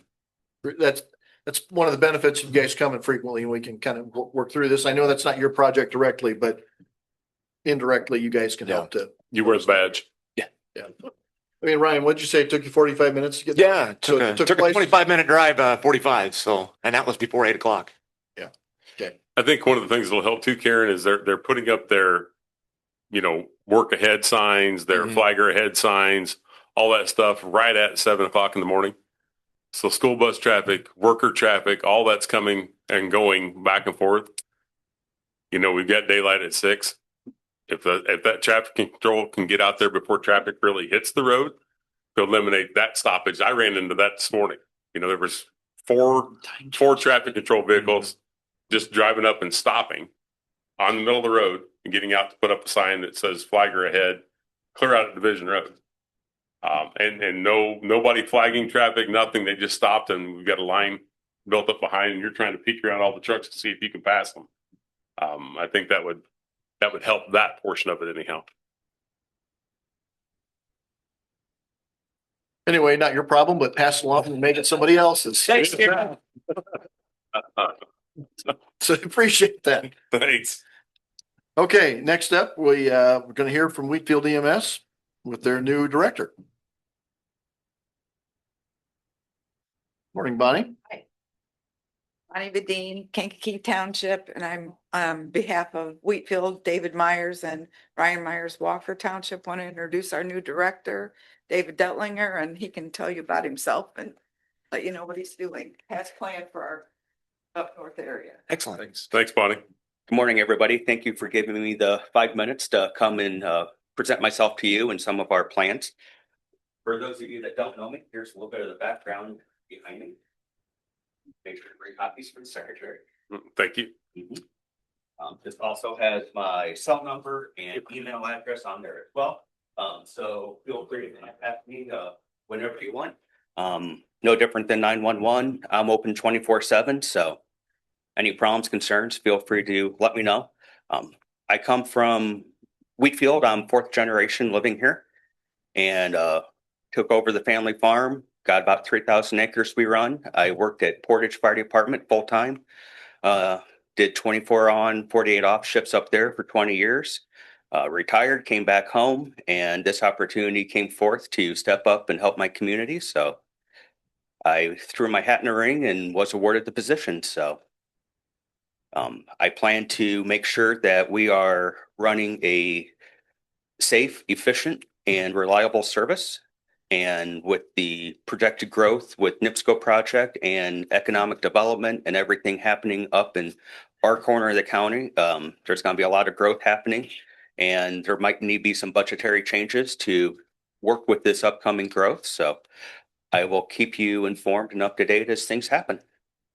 And likewise, we will, as well as we're mindful of the needs. We've had conversations with Bonnie and Myers and others from Wheatfield and Kankakee Walker Township, recognizing there's going to be some revenue needs and demands, and we're actively working on negotiating those amounts to be able to cover those needs. And we'll certainly keep you guys posted as to the progress on that. Yeah. So appreciate it's good to know. I mean, I always knew you were a farmer. I didn't know you had all this other background. So yep. It's good to have your expertise now deployed here locally for us. So any questions for Dave?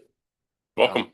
I think it's a good opportunity for Northeast Jasper County to have Dave on board, understanding the logistics and the community and seeing the growth and needs that are going to be required up there. So thank you very much for accepting the challenge.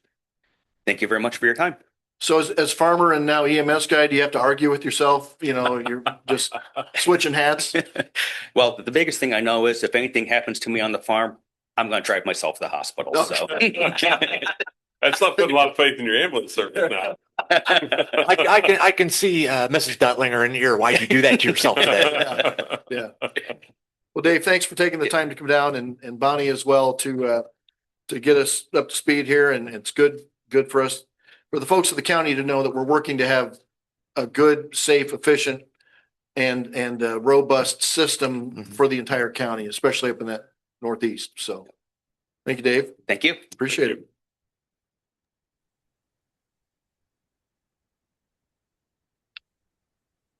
Okay. We're going to circle back just a brief moment here. Eric George, I believe, is there. Eric, are you on the Zoom call? Yes, I am on here, Rain. Hi, Eric. Thanks for joining us today. Getting a little echo now. Just curious if you had gotten any input for us on a potential overhead projector and a screen here for our meeting room. Yeah. Okay.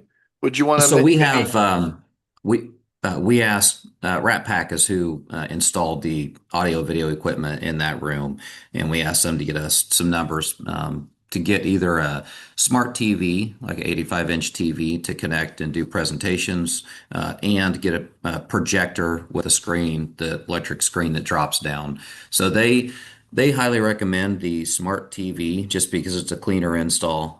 It's a lot less expensive. The projector alone with the is about 40% of the quote that we got to get installed. Running electric to the screen and then mounting that projector, and then when you have those projectors, they do have a shelf life on those lenses. This one in particular has 20,000 hours, so it would probably last 10 years. So that's probably not a huge concern.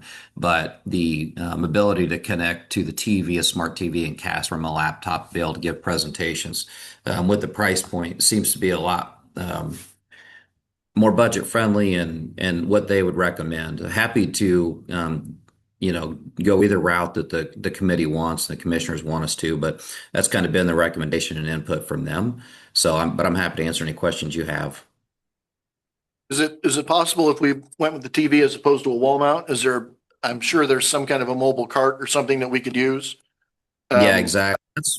That's what we use, Reen, honestly, at Arkham. And every Monday morning we have a staff meeting and we cast to the TV and it works really well. And all of it connects back to the Wi-Fi, so we can get that all connected to the Wi-Fi and the cost of building there and make it an easy, connection and training, and then have somebody to support that very easily. We could put it over there and then we could weave it in front. Okay, all right. Can't you use your current TVs right there? What's that? Can't you just use what you have?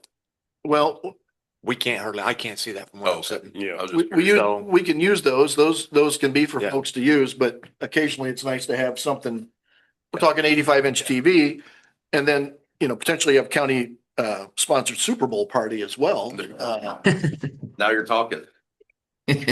Maybe not. That's just a thought. Sorry. Okay. Okay. Did you what was the price on the TV and the cart? Do you have a cost on us for that? Had it with the TV being mounted, and that price was $41.85. But we probably need to come out to about that if we don't have to mount it and we just put it on a cart. We may be able to save a little bit of money. So I'll get that updated, Reen, and send that over to you. Okay. We did get the camera to work this morning, but it was initially having difficulties. I guess I wouldn't mind getting a quote for a backup camera to maybe mount right beside that one. That's not an immediate crisis, but when we're trying to set up a meeting and something's not working, it'd be great to be able to just go to a backup position if that's the case. So don't need that information today, but maybe we could circle back and hear from you at the April meeting. Do you have any other IT or tech comments that we need to hear about while we got you on the line? I apologize if I didn't inconvenience on the camera this morning. We've reached out to RatPac, who has originally installed that. So I'll make sure that we get you a quote for the April meeting, and I'd like to have them there as well before that meeting starts in April, just to make sure if there's any issues or whatever, we can address that while we're there. So yeah, we basically rebooted the camera itself 2 or 3 times. Then what did you guys finally do at the end? You did the Zoom. And we rebooted the computer 2 or 3 times as well. Unplugged, replugged, did all the things that you tell us that we're supposed to do. We did, and it took about 3 times. And we finally got it to cooperate. So we'll make sure we get that addressed, Ring. Anyway, we appreciate that. I know it's not your fault directly, but you're the guy who helps us get it solved. So appreciate that. Sure, absolutely. Yep, that was the only business I had for this meeting. But if there's any other questions, I'd be happy to answer them. Okay. Diana, I know back a while that as the phones were getting implemented, are they working as planned right now? The phones in the courthouse, Yeah. they're working for the most part. Okay. They're just very difficult at times, but it's not usually its problem. It's because the internet's been up and down several times in the last couple of weeks for everybody. So anyway. Do you know if we're having service provider issues at all with either Brightspeed or Nitco, our backup? Have you had any information on that? The only issue that I'm aware of is a Meraki license on a switch in the annex building when we replaced the switch. And I think that the internet went out for maybe 15 minutes while that license got reapplied to that switch. Okay. Which those licenses are required for the network itself to function. So it's going to take the network down if that license isn't applied correctly, and it wasn't. So, I think that was about a 15-minute outage.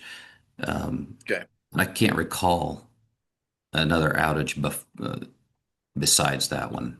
Do you have lag or bandwidth issues ever, Mary? Occasionally it goes out, but it's usually for less than a minute. Okay. But the other day, the one he's talking about probably was 15 minutes. Okay. Yeah, 15, 20 minutes They or got it something. taken care of right away. All right. Well, we appreciate your service, Eric, and keeping us up to speed literally and keeping our technology current. So thanks again. We'll look forward to talking to you next month when we get a firm quote on that TV and potential additional camera. Thank you very much. I appreciate the business. All right. Thanks, Eric. Yep. All right. Jack, anything from your contact, Vincent, or Hodges, sorry, on the basement yet? Right? Nothing. Okay. All right. Next topic is talking about time and attendance software. Diana, you kind of helped coordinate some of this conversation. I see we have two different proposals. There's the TCP that Mason's supposed to be either online or here with, and then the LAO that works with our financial software. So just kind of been hanging in there with that right at the moment. I am here if you do have any questions. Good morning, everyone. So we have kind of talked about it.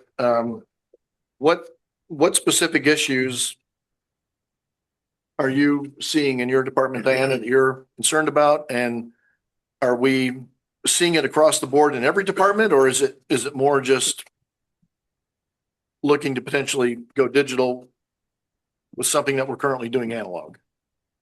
The timesheets getting turned in by department heads has improved a lot in the last 6 months. So that's not quite the problem that it used to be. Okay. There's a few issues once in a while that don't quite jive with timesheets. So, or what we feel anyway. Well, so we looked at the TCP quote, which is, what is that bottom line?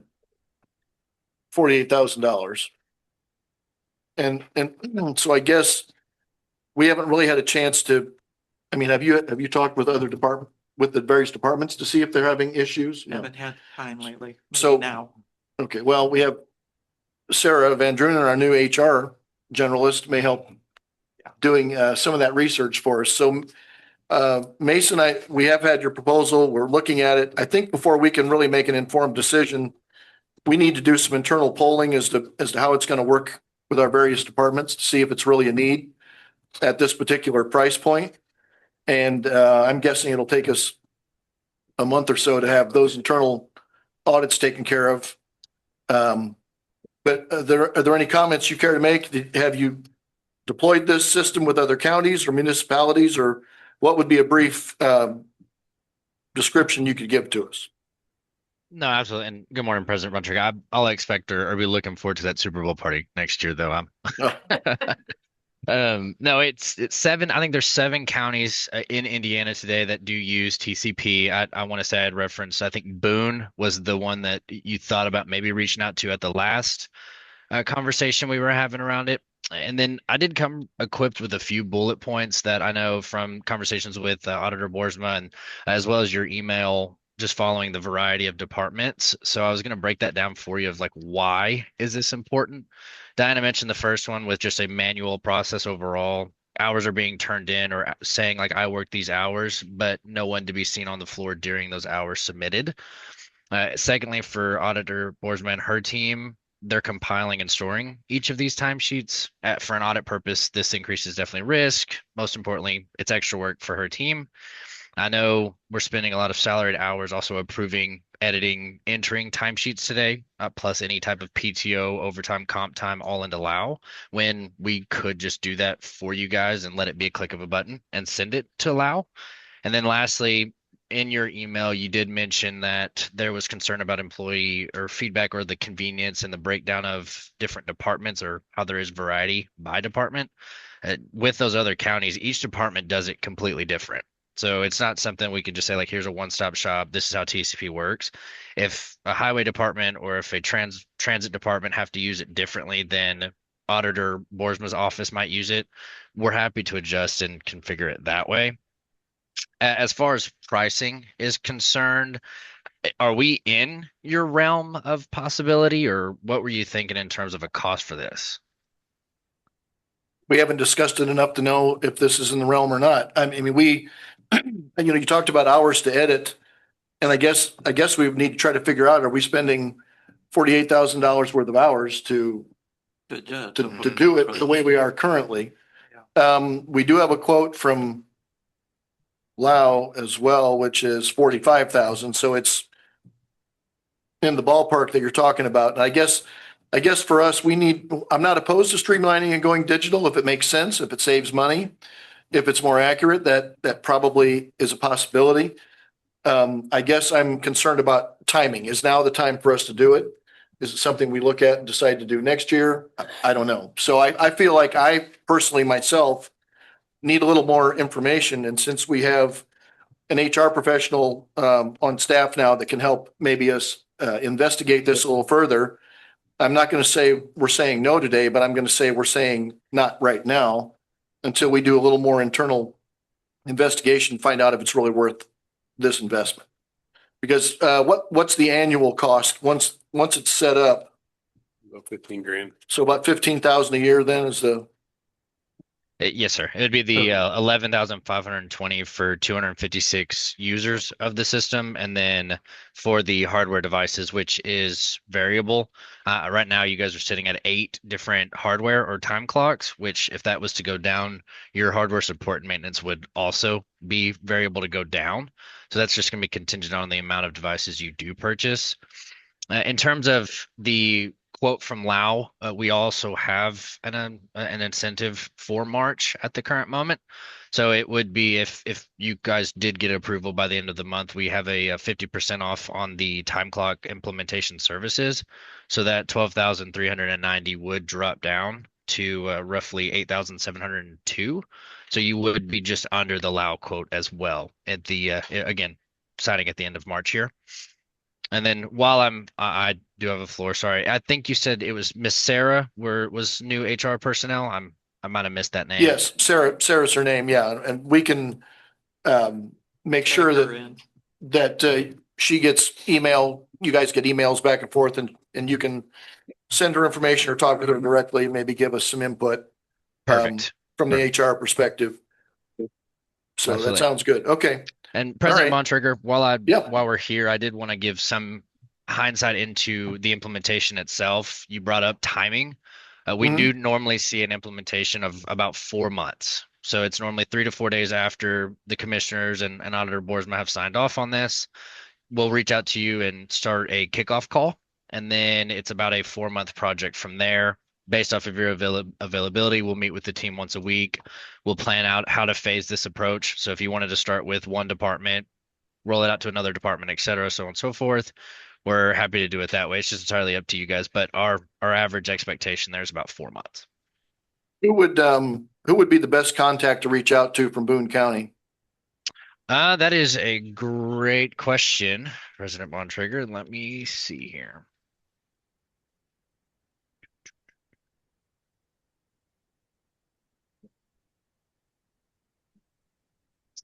It looks like, nope, that's our side.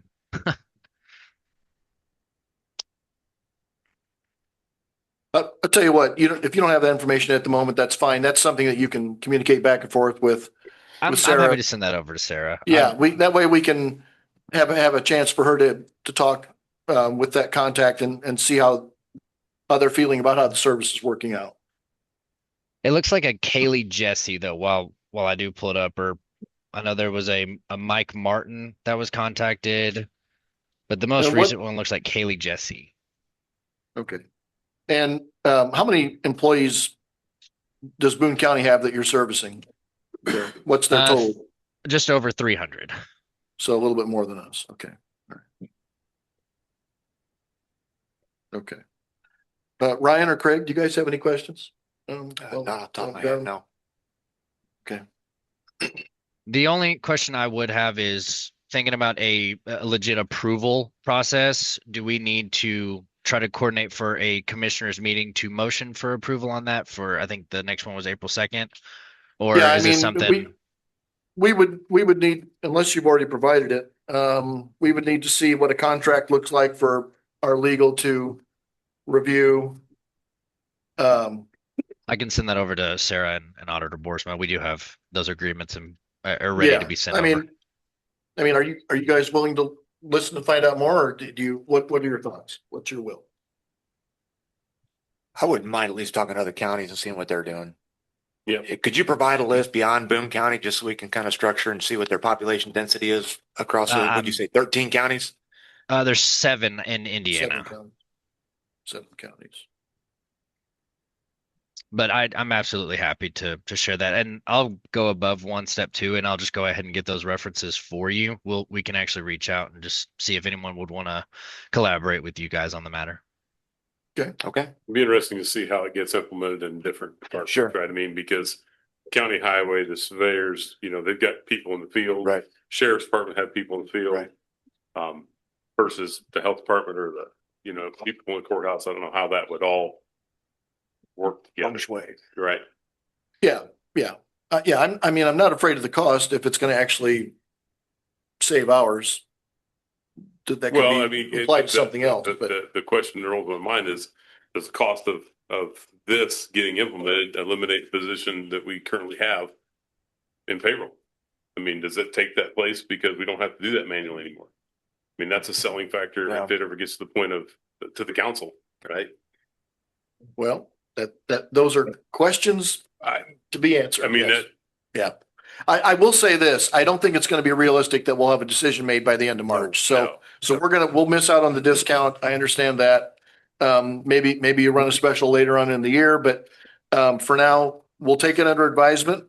We'll get the research done. We'll reach out to your contacts and we'll certainly communicate with you. We won't ghost you. We'll let you know whether we're gonna do it or not. So we'll get you an answer one way or the other when we've had time to look through this. Perfect. Well, thank you for your time. And Sarah, I look forward to maybe setting up some time to go over things with you as well. You too. All right, very good. Thank you. Thanks for your time this morning. Okay. All right, Center for Workforce Innovations, Lisa Darty's here. Good morning. Good morning. Sorry you've had to endure our. And I understand it's a little bit warm in here today. I guess we should have kicked the AC on. This is back. Okay. All right. Anyway, feel free, please. Thank you. I appreciate the opportunity to come in and share a little bit of information about my organization. I'm the CEO, President and CEO of the Center of Workforce Innovations. We are a nonprofit entity that is contracted, among many other roles, contracted to staff and manage the public workforce system. I'm here today to ensure that you've got just a little bit of background on what my organization is, what we do, how we are present in your communities, and how we may help address the workforce challenge that we have that continues to grow and evolve. So you may see us present in your community as Work One. That is the office over on Drexel. Largely there, we provide adult education services. We also provide career coaching, readiness assessment, interest assessment around jobs, connect job seekers with employers in your community. Now, what you may not know is that we are largely funded through federal legislation, which provides a framework for the public workforce system. And Commissioner Standish has recently been appointed to the Chief Elected Officials Board, which again is a requirement of that legislation. We are also going to be appointing a member from your community, Andy Francis with Advanced Auto, to the Northwest Indiana Workforce Board. The federal legislation requires that framework. The state identifies the workforce development regions. And so we are in Region 1, which includes Lake Porter LaPorte, Newton, Jasper, Stark, and Pulaski counties. I will bring a member of my team forward to share a little bit of information with you about the work we do with employers in your community. What I have come to know in this role is that while My organization is responsible for workforce development as the intermediary, bringing educators, training providers, employers, and job seekers together. It has to happen from within. So part of the reason for my being here to ensure that you're informed about these resources that are available to you, it is also to invite you to engage. I want to make sure that you understand what we do and how we can benefit your community.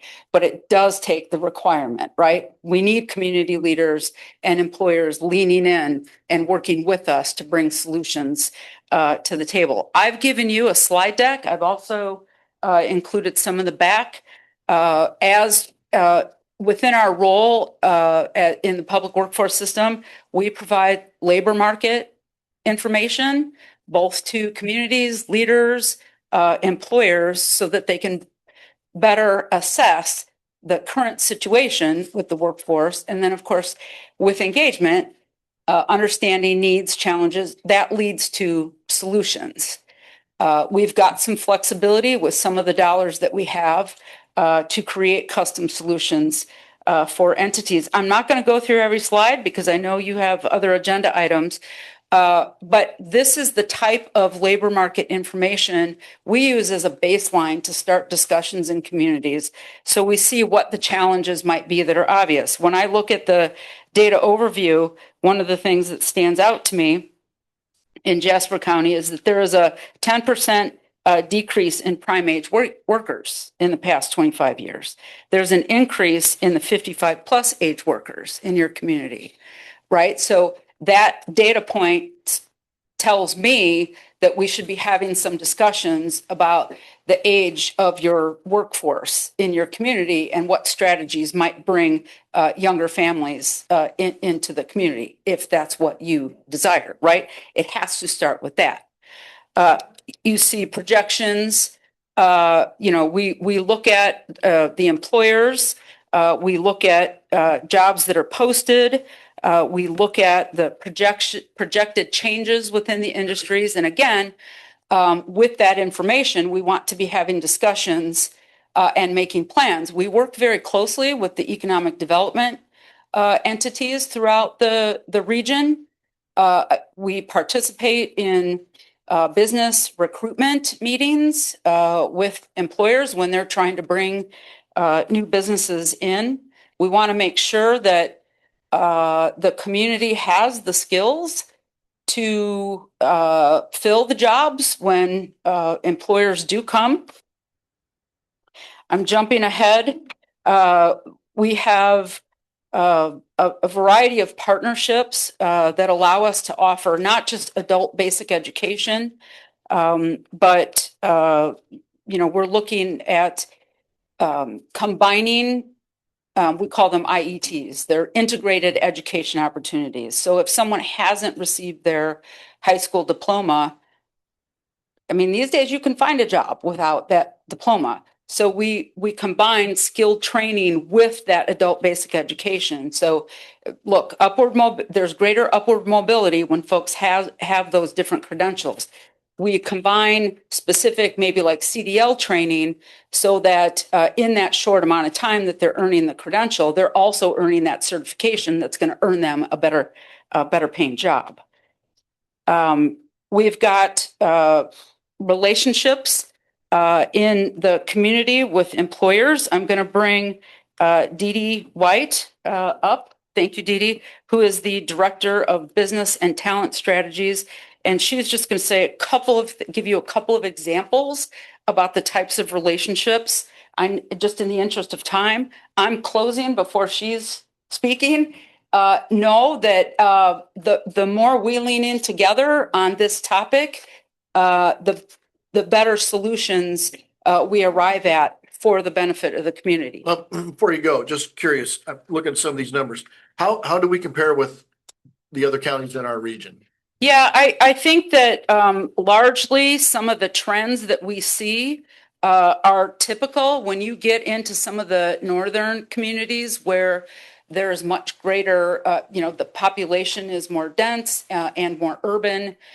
We see lower education attainment, greater unemployment. I mean, unemployment at 3.7 for Jasper, I don't know if you noticed that. That is technically, in my world, considered full employment. Anything below 5%. So think about the issue that we have. We have, you know, a 62% labor force participation rate is on par with state and national averages. But if you've got an aging workforce, right, declining birth rate, you've got low unemployment, and you've got lots of employers unable to fill jobs, we have a very concerning challenge. And we've got to be laying strategies, plans together to address those gaps. How about our percentage of, I see residents in poverty and without high school diploma? How are our numbers consistent with other counties, or are we an outlier in that regard? I'm trying to find the slide. Help me with the slide that you're looking at. Is that Second page. It's Jasper County by the numbers. I see. The first data page. Okay. Median household actually is higher than what we typically see. Because it's so for data for me, right, leads me to the next question. So the median household income is higher.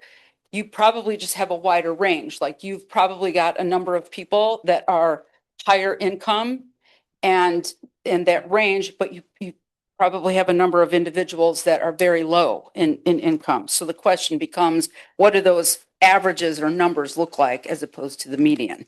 But by median, it is higher.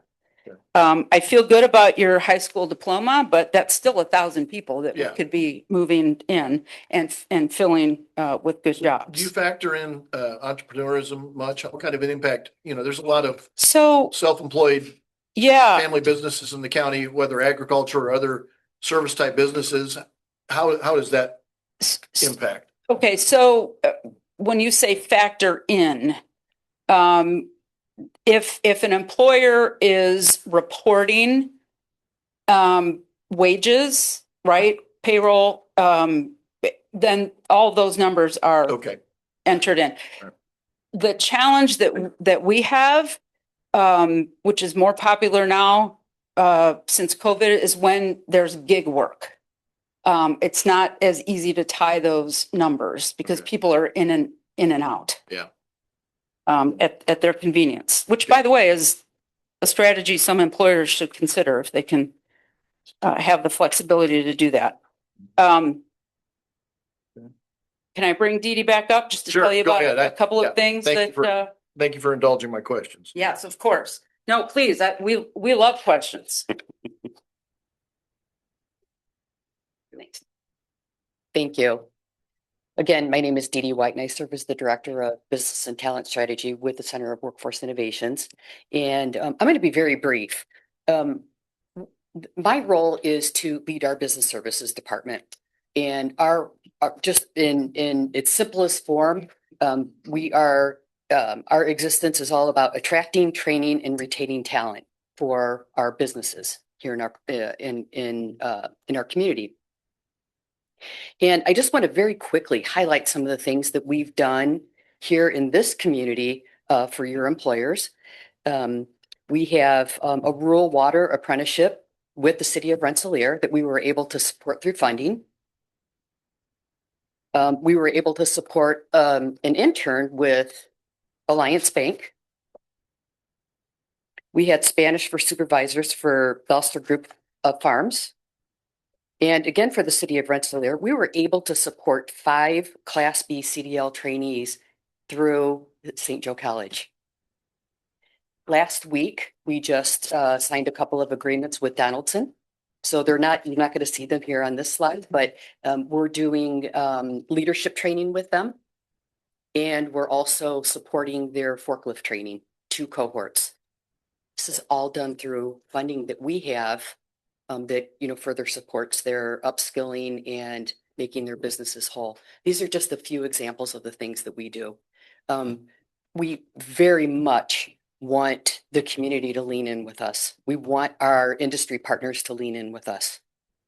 It will help them. We have such a broad reach as far as Lisa said, we've got, we have federal, local funding. We have the Work One folks that come in every day who are looking for employment, and we can make those connections with our placement folks that are in our system. Last thing that I just want to bring your attention to is Top Jobs in Jasper County. This is a new initiative that we have, and we're looking for employers that have a number of positions that would speak to a broad range of individuals. So anywhere from somebody that is an entry-level worker all the way through somebody that's a little bit more skilled, right? So anybody that's coming in through our Work One system, what we want to do is match these top jobs with those. So it's basically bringing opportunity or bringing talent to opportunity. And so we're featuring businesses all throughout the community here. So it'll be it's a local initiative for your folks right here in the community. So that is my quick down and dirty of what we do in business services. As we come into summertime, can't get here quick enough, but as we warm up to get to summertime and we have a lot of college students returning home, is there not some initiative through your organization to help businesses fund internships? You got it. Yes. As a matter of fact, so we have done that. Yes. The grant that we've used is getting ready to sunset. Wouldn't you know, right? It's getting ready to sunset in May. There's still just a little bit of time. And we also, go ahead. I'm going to let you jump in here. So, I mean, these are the types of questions, right, that brings dialogue. We are just launching 2 summer youth programs in the city of Gary. And I just had a meeting late last week with the city of Michigan City. Like, communities have the desire to have these programs. They have the funds, but they don't have the workforce development expertise to run those programs. So we can come to the table. We do have to have funding if you want those interns to earn money. We have several buckets of money, but we don't have an endless supply. Sure. So I don't want to create that expectation. But like the city of Michigan City and Gary both found within their redevelopment funds, they have found dollars available to help these programs.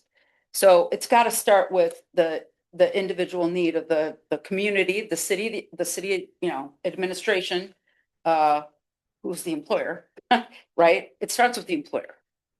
We understand those needs. We figure out a way to meet their need and provide people with experience.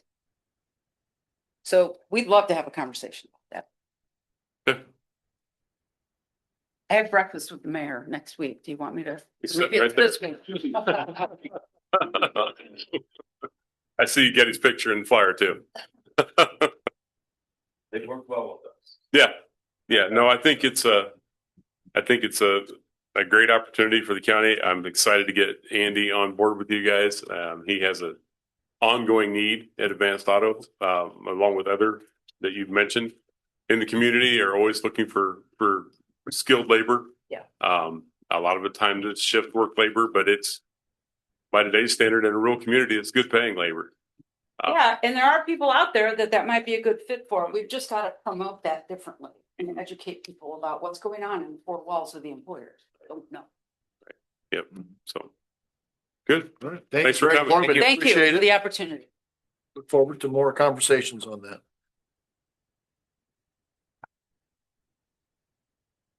Okay. I see Bryce is here and Josh and the mayor. Any business? We're ready for your next meeting. Are you ready for the next meeting? Okay. I do have one question though. We got the form letter approval for city service line replacement project right of entry. Do we need to fill this out or have we already done that basically? It just was a form letter, didn't say. I think it's the water main The replacement. water main. Okay, I thought we had already kind of handled that, but Didn't want to hold you up if you're needing something from us. Okay. I need to laugh. Oh, there you go. All right. Any other business, Ryan or Craig? Yes. Okay. Go ahead, Ryan. Well, I saw Carmen raised her hand. I was just gonna say, I was happy to see that we had some representation from the town of Demont here today. I think I saw Kane sitting back Yeah, there. he's back there. Oh, yeah. Daryl with Evan Marsh, so glad to have you guys here today. Go ahead. Hang on. Well, I'll give other business to the gallery here in just a minute. I want to make sure around the table I get everybody accommodated. Great, go ahead. Couple things just to get on everybody's radar as we move into springtime. Rensselaer Senior Center, last year when we were doing the repairs out there, we found a couple windows that had obviously leaky panes. We had moisture between the two panes. We need to address that this year, look at that as far as repairs. Extension office windows. Carmen, I haven't forgot the conversation of wind blowing in. I know that was one we talked about earlier. We need to look at the windows throughout there. Obviously, we've got the courthouse issues too with the windows and the tuck pointing. Tuck pointing? Yep. So, and then, the retention wall repair, I'm trying to find local contractors that could tackle that too, or at least give us a price on that. But I know that's kind of a specialty thing, so yeah, it's going to be tough. Do you have an idea who to reach out to when it regards to tuck pointing and? I'm going to reach out to Hamsters and see if they do any of that kind of stuff or not, or would entertain it, at least take a look at it. I don't. The tuck pointing end of it. Because, well, I mean, I know Steve Clapp has done some for some of the churches. Yeah, and I can talk to Steve too. And is it Zeltwanger, Francisville? That I don't know. We reach out to Indiana Landmarks, maybe some contracting. And then I've got the one that I made contact with before that restore it. So Stephanie, if you'd want to get us some contacts, email that to Craig or the commissioner's email, that'd be great. What Indiana Landmarks does for our buildings. And that is landmark buildings. Yeah, that would be great because we obviously want to get this started and completed before July 4th. So if at all possible. Well, I mean, that the north side needs power wash too, but we need it sealed up. Yeah, we got to seal it before we squirt it with water. And the courthouse windows themselves. Yeah. Okay. All right. Just all things to get on the record to maybe if it can go on the agenda next month so we keep jogging our memories and try to keep pushing forward on that. Yeah. I appreciate it. Thank you, Craig. Ryan, anything? No. Ed, is there a possibility you could reach out to a couple fencing companies? If you can find any that I haven't thought of heights yet, but when we start talking about and looking at the retaining fence around the north lot, 6 foot, 8 foot, I don't know what that looks like. Yeah, I can reach out to. Yeah. I can get some. I think there's one in Valparaiso is the only one that came to my mind, but outside of. There's one over in Lowell, so yeah, I can reach out. Okay. Yeah, absolutely. Well, while we got Ed on the floor here, any comments you'd like to make? Any updates from highway? No, we got the salt barn roof done. So thank you guys for that. Got the guys in there working on the doors Friday, and they'll be back tomorrow to finish up our overhead doors. So thank you on that. And then I'd sent you guys an email about the prices for the unit bid prices from Town and Country. You guys all saw that. I have it here if you guys just want to approve that and then Phone's off, Jack. Oh, he's not coming. Yeah, let's go ahead and do that. Yeah. But you really want to do that, we want to make a motion. We'll give this copy to Cynthia. We want it in the meeting because now we don't have to go advertise and do the bids. This is a great thing. Yeah. Okay. All right. Is that a number you want to read to us while you don't want to read it? You want me to read it? We call this unit bid prices, but that's when they do need to hire out. If we don't get CCMG, we're not doing in-house, sometimes we have to hire out. So it could be anywhere. It comes up, hey, we got to do a road here. So they'd have to go bid, but the unit bid price is, if they go pave a road, you might pick it because you had a disaster. Everybody, it's a good thing. Yeah. Okay. All right, from Town and Country Paving, HMA binder, $83 a ton, HMA surface, $91 a ton, tack coat, $1,100 a ton. And there's going to be a considerable amount of paving going on in the county this summer, right, Ed?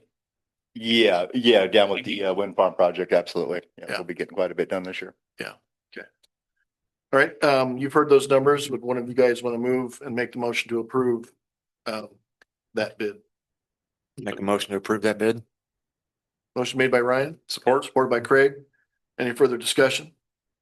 Being none, all in favor as presented, say aye. Aye. All right, that's approved. Anything else from Jack or Ed? No, I have nothing. Thank you, Jack. I do have a right-of-way permit. It's a little confusing because it does say 1100 North, but it's really McCoysburg Road. And it is for the company Metros, where I believe they have a knifing machine now on 1100 North. We don't allow knifing. I do believe they maybe were going to speak other, could we ask if anyone's here from Metro? Is there anyone here from Metro in person or online? Apparently not. Yeah. So that 1100 thing, Ryan had called me, there's a knife machine. I went there, met a gentleman from Higgins Cable, you can't knife. Okay, no problem. Then we had them call, I called the guy, John, can't knife. But they something, and they did many projects before, and I don't know why they want to knife. But then I did get an email from Cynthia where they sent you guys, they were gonna come, well, maybe they're gonna hold off till April, but they acted like they had to start right away. So I don't know about that one. But this is, if they do knife this one, I do see it through on McCordsburg Road. So I guess I wouldn't have a problem if you commissioners wanted to approve this today. I guess it's my opinion, if we don't allow knifing, we don't allow knifing. Not allow knifing. I don't want to start allowing it anywhere. That's what I told them. Yeah, you know. no, And I'm not. Well, then it sounds like we need to wait till they come in person then. 100%. So Yeah. that we, I don't want to just approve something to Yeah. go. should we hold off on this one too? Mhm. Okay, we'll hold off. I would say so. And I'll let them know this Terry Miller, hey, this didn't get approved, this didn't match, and we're waiting for you. Yep. I'll just tell you again, no knifing. We had a very long agenda. We're running out of, we're not just gonna approve stuff. No. About made it. Almost. Okay. All right. Anything else, Vince? Well, Here shortly. okay, shortly. Diana, anything else from you? I think we got it for the moment. Anyone, I see Jake's here from BFNS. Anything for our meeting here? All right, okay. Yeah, I'll be real quick. I know everyone's ready to go. We received word that there may be some additional funding for CCMG coming up, and that we're going to now take some proactivity in terms of getting an advertisement out there. So what we would be looking for this morning is an authorization from you to advertise for public bids regarding the 2026 road resurfacing projects. Those bids would be delivered to the auditor's office on April 3rd by 2 p.m. and then read aloud here at your meeting on April 6th and taken under advisement pending the future funding through CCMG. That was well stated. I think that sounded like a motion. Any of you guys want to get that verbatim? Want to take his script? Yeah, I'd make a Try to motion make it to easy. authorize him to secure seal bids. Support. All right, motion's been made, supported by Ryan. Any further discussion? If not, all in favor as presented by Jake Dameron from BFNS, say aye. Aye. All right. Well, you're the engineer. You Thanks. streamlined it right down. Make there. it quick. Thank you, sir.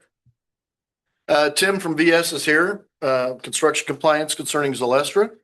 Good to see us this morning. Thanks for taking the time, and I'm sorry you've had to endure such our long-winded. No, I always enjoy Meeting. coming to your meetings. It's always good to see a county that collaborates and works together. So I have some major updates on this project as we met last week with them to get the timeline of them concluding the project. So they will be mobilizing back out in April. But in the meantime, coordination with the highway department, they're going to go out and do some work to restore the roads to a more drivable condition. And now they will be invoicing Zalestra the work that they do. So it's not, the county's not doing the work for Zalestra. They are invoicing them to make sure you get reimbursed for this. And this is not going to be the conclusion of that road work. It's just to make it a safe, drivable condition. They are still going to be coming back once they finish their work and demobilize to restore the roads to what they were or better condition. Some of this work in April is going to consist of the vegetation buffer and then deconstruction of any added roads or the added turn blister and the laydown yard deconstruction. They will be coming to you with a proposed revision to their opaque fence. They have not submitted anything to us. Once we get that, we will verify it against your ordinances prior to presenting it to you. So, but that's all I have at this time. All right. Thank you so much. You've done a great job. You guys have been great. Compliance monitor there has made that project go well and given us, I would say, peace of mind regarding this project. So thank you for your diligence. When you get the update on the fence, would you please circle Mary in on that so she can go through the ordinance?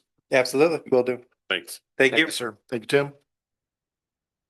Okay. Any other company official regarding any other business here for this meeting? If not, we'd entertain public comment. Nancy, come on up.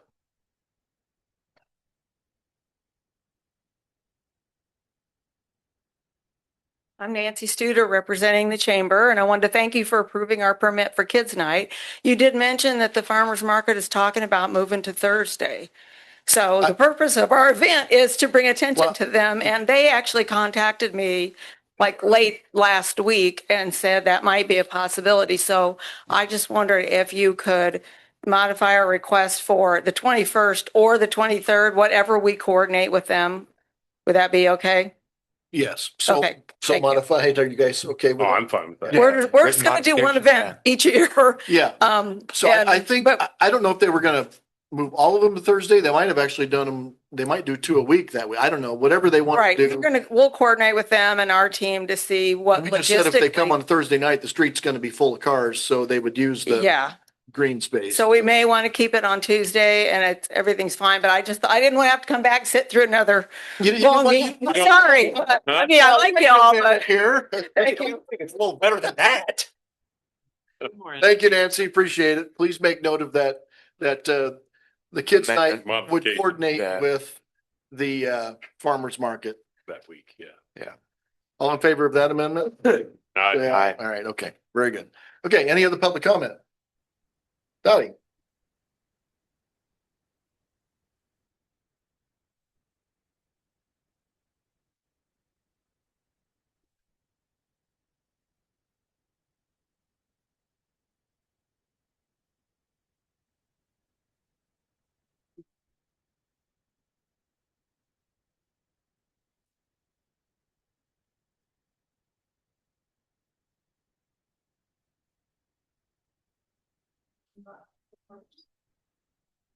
Okay.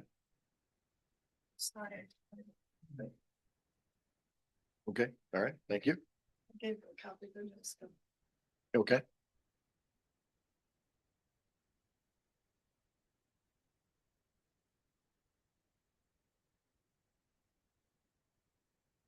My name And, is, and if you don't mind, if we could keep it to 3 to 5 minutes, would that be okay? I tried to too. My name is Dottie Warwick. I live at 322 South Sunset Drive, Rensselaer, Indiana. And I wanted to bring the commissioners awareness about what I'm hearing from constituents on data centers. And they want total transparency. And they're really concerned about water, the water supply, and the environment.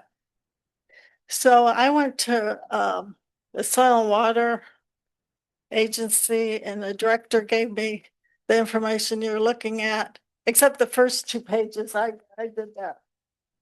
The first, yeah. So anyway, so aquifers have no boundaries. What happens in Jasper County could affect other neighbor counties like Newton, Pulaski, Stark, LaPorte, Porter, and Lake counties. I want NIPSCO to be mindful of our future generations.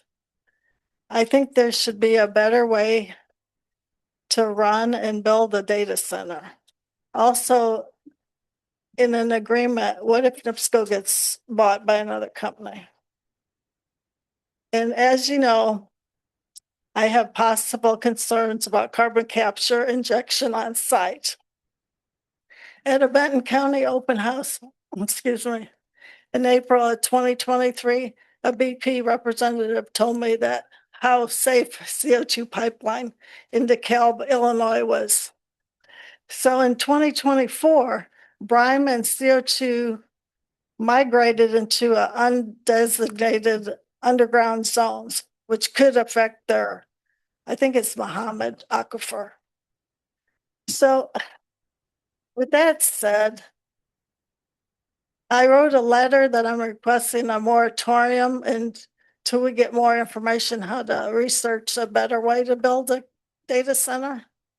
So I'm going to present that to you. And I want to also give a shout out to Michelle Douglas, Blair Satarsha, who I've been friends with since June of 2023. She almost suffocated in my backyard. This explosion was within a mile of the house.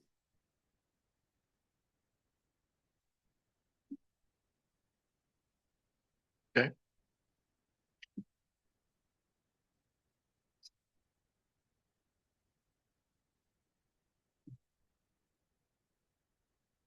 First two pages I did. This is her very stick. He enjoys the biggest one because of BP experience.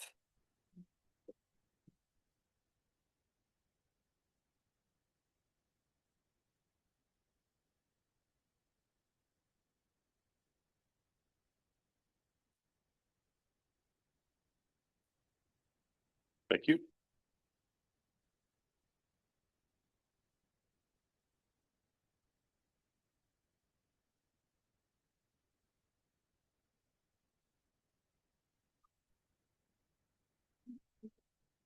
They need to hand that to you, that's why I brought it up.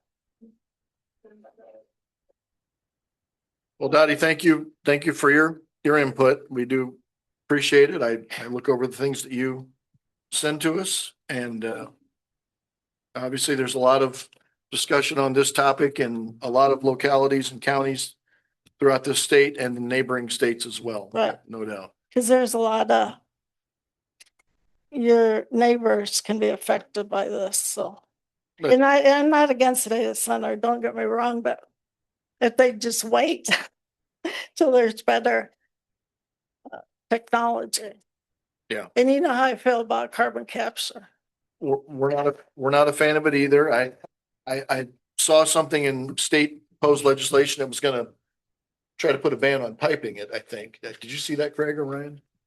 I've kind of lost track of where I didn't see it. I know that there's went, but there's technology out there now that's talking about capturing it and storing it above ground instead of injecting it and then being able to transport it off to utilize it. Utilize it for something that's called CCU now. It's carbon capture and utilization. Yeah. Just don't take it to Newton County landfill.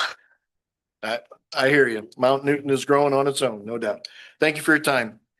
All right. I see Scott Walsh from the council. Any comments from council this morning? Okay.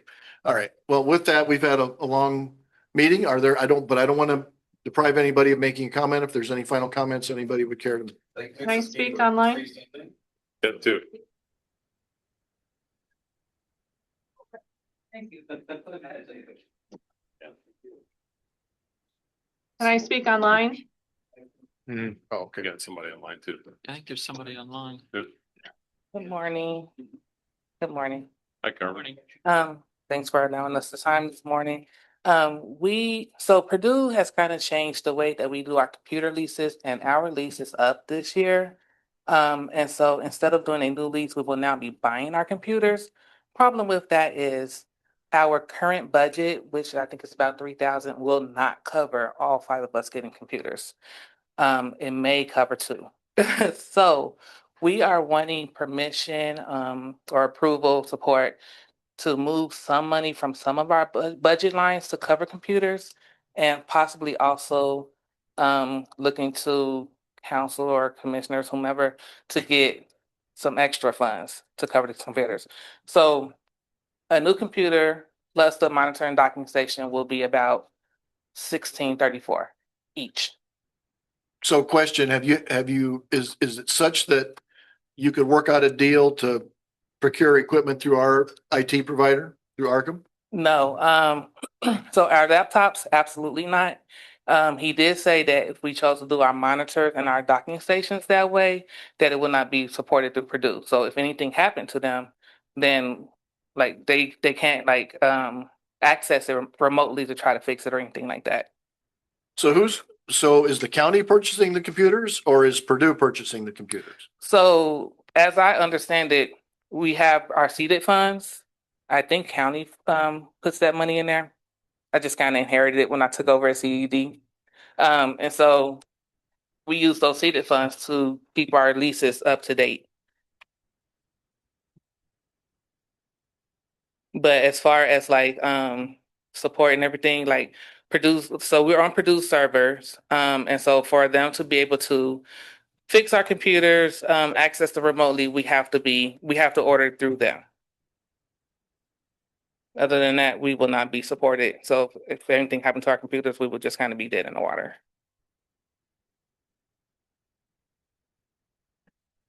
I guess that would be a conversation to have with the council to find out what money you've got there. And if you got the money, then if you need to purchase them and that's the way they're gonna make you do it, then I guess you gotta do it. So, Okay. so yeah, that would be a question to talk to the auditor about and probably Steve Jordan from the council as far as, I mean, if it's within like lines, you can transfer and not have to go through them. I mean, obviously we support you getting the hardware you need.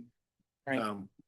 Just so you understand, one of the lines they're going to transfer money out is their line for intern help through the summer. Because they got their intern to volunteer their time this year to help through the fair, so they could use that money to buy the computers, which Right. I don't know. Which if we could Shouldn't have have, to happen Yeah. because of a mandate from Purdue. yeah, if we can avoid using that line, just in case. I mean, Peg can speak more so to, her need of an intern, but if we can avoid using that line, that would be great. That would probably be like our last resort. But yeah, so we've considered all of those lines. Yes. Well, obviously the fiduciary responsibilities with the council. So I would, if you need to explore where you need to potentially draw from, hopefully not having to take money away from paying interns. Yeah. That'd be a conversation best had with the council. Okay. If they need any kind of support from us to back that up, you've got our support. That's not a problem. But Perfect. the technicalities of it would be best dealt with from the council. Okay. Sounds good. And then if you need us to send a grumpy letter on your behalf to the institution, we could do that too. So, Sounds good. Thank you. Thank you, Carmen. all right. Thank you, Carmen. Okay. Online? Yes, online. Yes, my name is Evie Parrish. I am representing the Wheatfield Chamber of Commerce. I know I spoke to a couple of you recently, but I do want to invite you guys to our next Wheatfield Chamber meeting, which will be on Wednesday, March 11th at 6 p.m. at the bowling alley in Wheatfield. We would just like to discuss with you kind of, just the future of Wheatfield, just everything going on with, negotiations, and just some of the community members would like to talk to you guys and just see, what the best interests for Wheatfield might be. So just wanted to formally invite you guys and anyone in the community that would like to just kind of discuss moving forward. That would be great. We'd love to see you there. Okay. So once again, you said March 11th, 6 p.m. at the bowling alley? Yes. Okay. Great. Thank All you, right. guys. Thank you. Appreciate the invite and the information. Thank you. Anyone else online? This is Katie's back here, and I got a letter from them talking about wanting to do something together on the 250th anniversary. So Mr. Arnold's been in touch with me last week. He's going to try to get a meeting for all of us who want to participate together. and we're gonna all try to work together and celebrate our 250th birthday. So, And in that vein, may I say from here, I am not the instigator of events, but I am the funnel. So if your groups are planning something, I am the county connect person who will inform the state, so any events can be publicized through the state site. So I'm just letting you know, something that I send to the state, so everybody's activity Jason? can Yeah. be notified. That's a copy. I have a copy of it. Thank you. Thank you. Thank you, ma'am. All right. Yep. So you're aware, Jason has tasked me with setting up a meeting. He's on vacation this week. The week of the 9th through the 13th. Well, yeah, you'll get a meeting notice soon. But the thought is to reach out to DeMott, to Wheatfield, to Remington, to Rensselaer, and the county as well, and try to get everybody at the table to discuss what their communities want to do, when they're going to do it, so we don't overlap. You know, through that weekend, we don't overlap each other. Yeah. Pieces, but they get a uniform. Correct. Picture. Yep. That's wonderful. But even if, there's a group that's doing a tea party or like our cemetery walk, all of those kinds of yearly things can be honor of America 250 Indiana. So those kinds of little activities or big activities, which I know you'll come up with, are through me, if I can help. Thank you. Sounds good. Thank you, Judy. Appreciate it. Thank you, Mr. Mayor, for instigating that. That's good. Okay. All right. I don't want to prolong this anymore. People have been waiting patiently for Drainage Board. Follow a couple minutes. So with that in mind, we don't have a special called meeting in 2 weeks, do we? Or do we need one? I don't know that we need one either. Okay. No. All right. So with that in mind, would one of you guys want to make the magic motion? To make a motion to adjourn. Greg makes the motion to adjourn. Do we have support? Oh, do you really want to leave already? We're not leaving. I'll support. Ryan supports. Thank you. We are adjourned.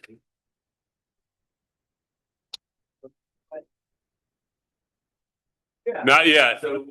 Is there? Yes and no. You guys are jam packed next week, and I'm not gonna be here. Have fun. I will. Hey, you gotta send me a picture. Yeah.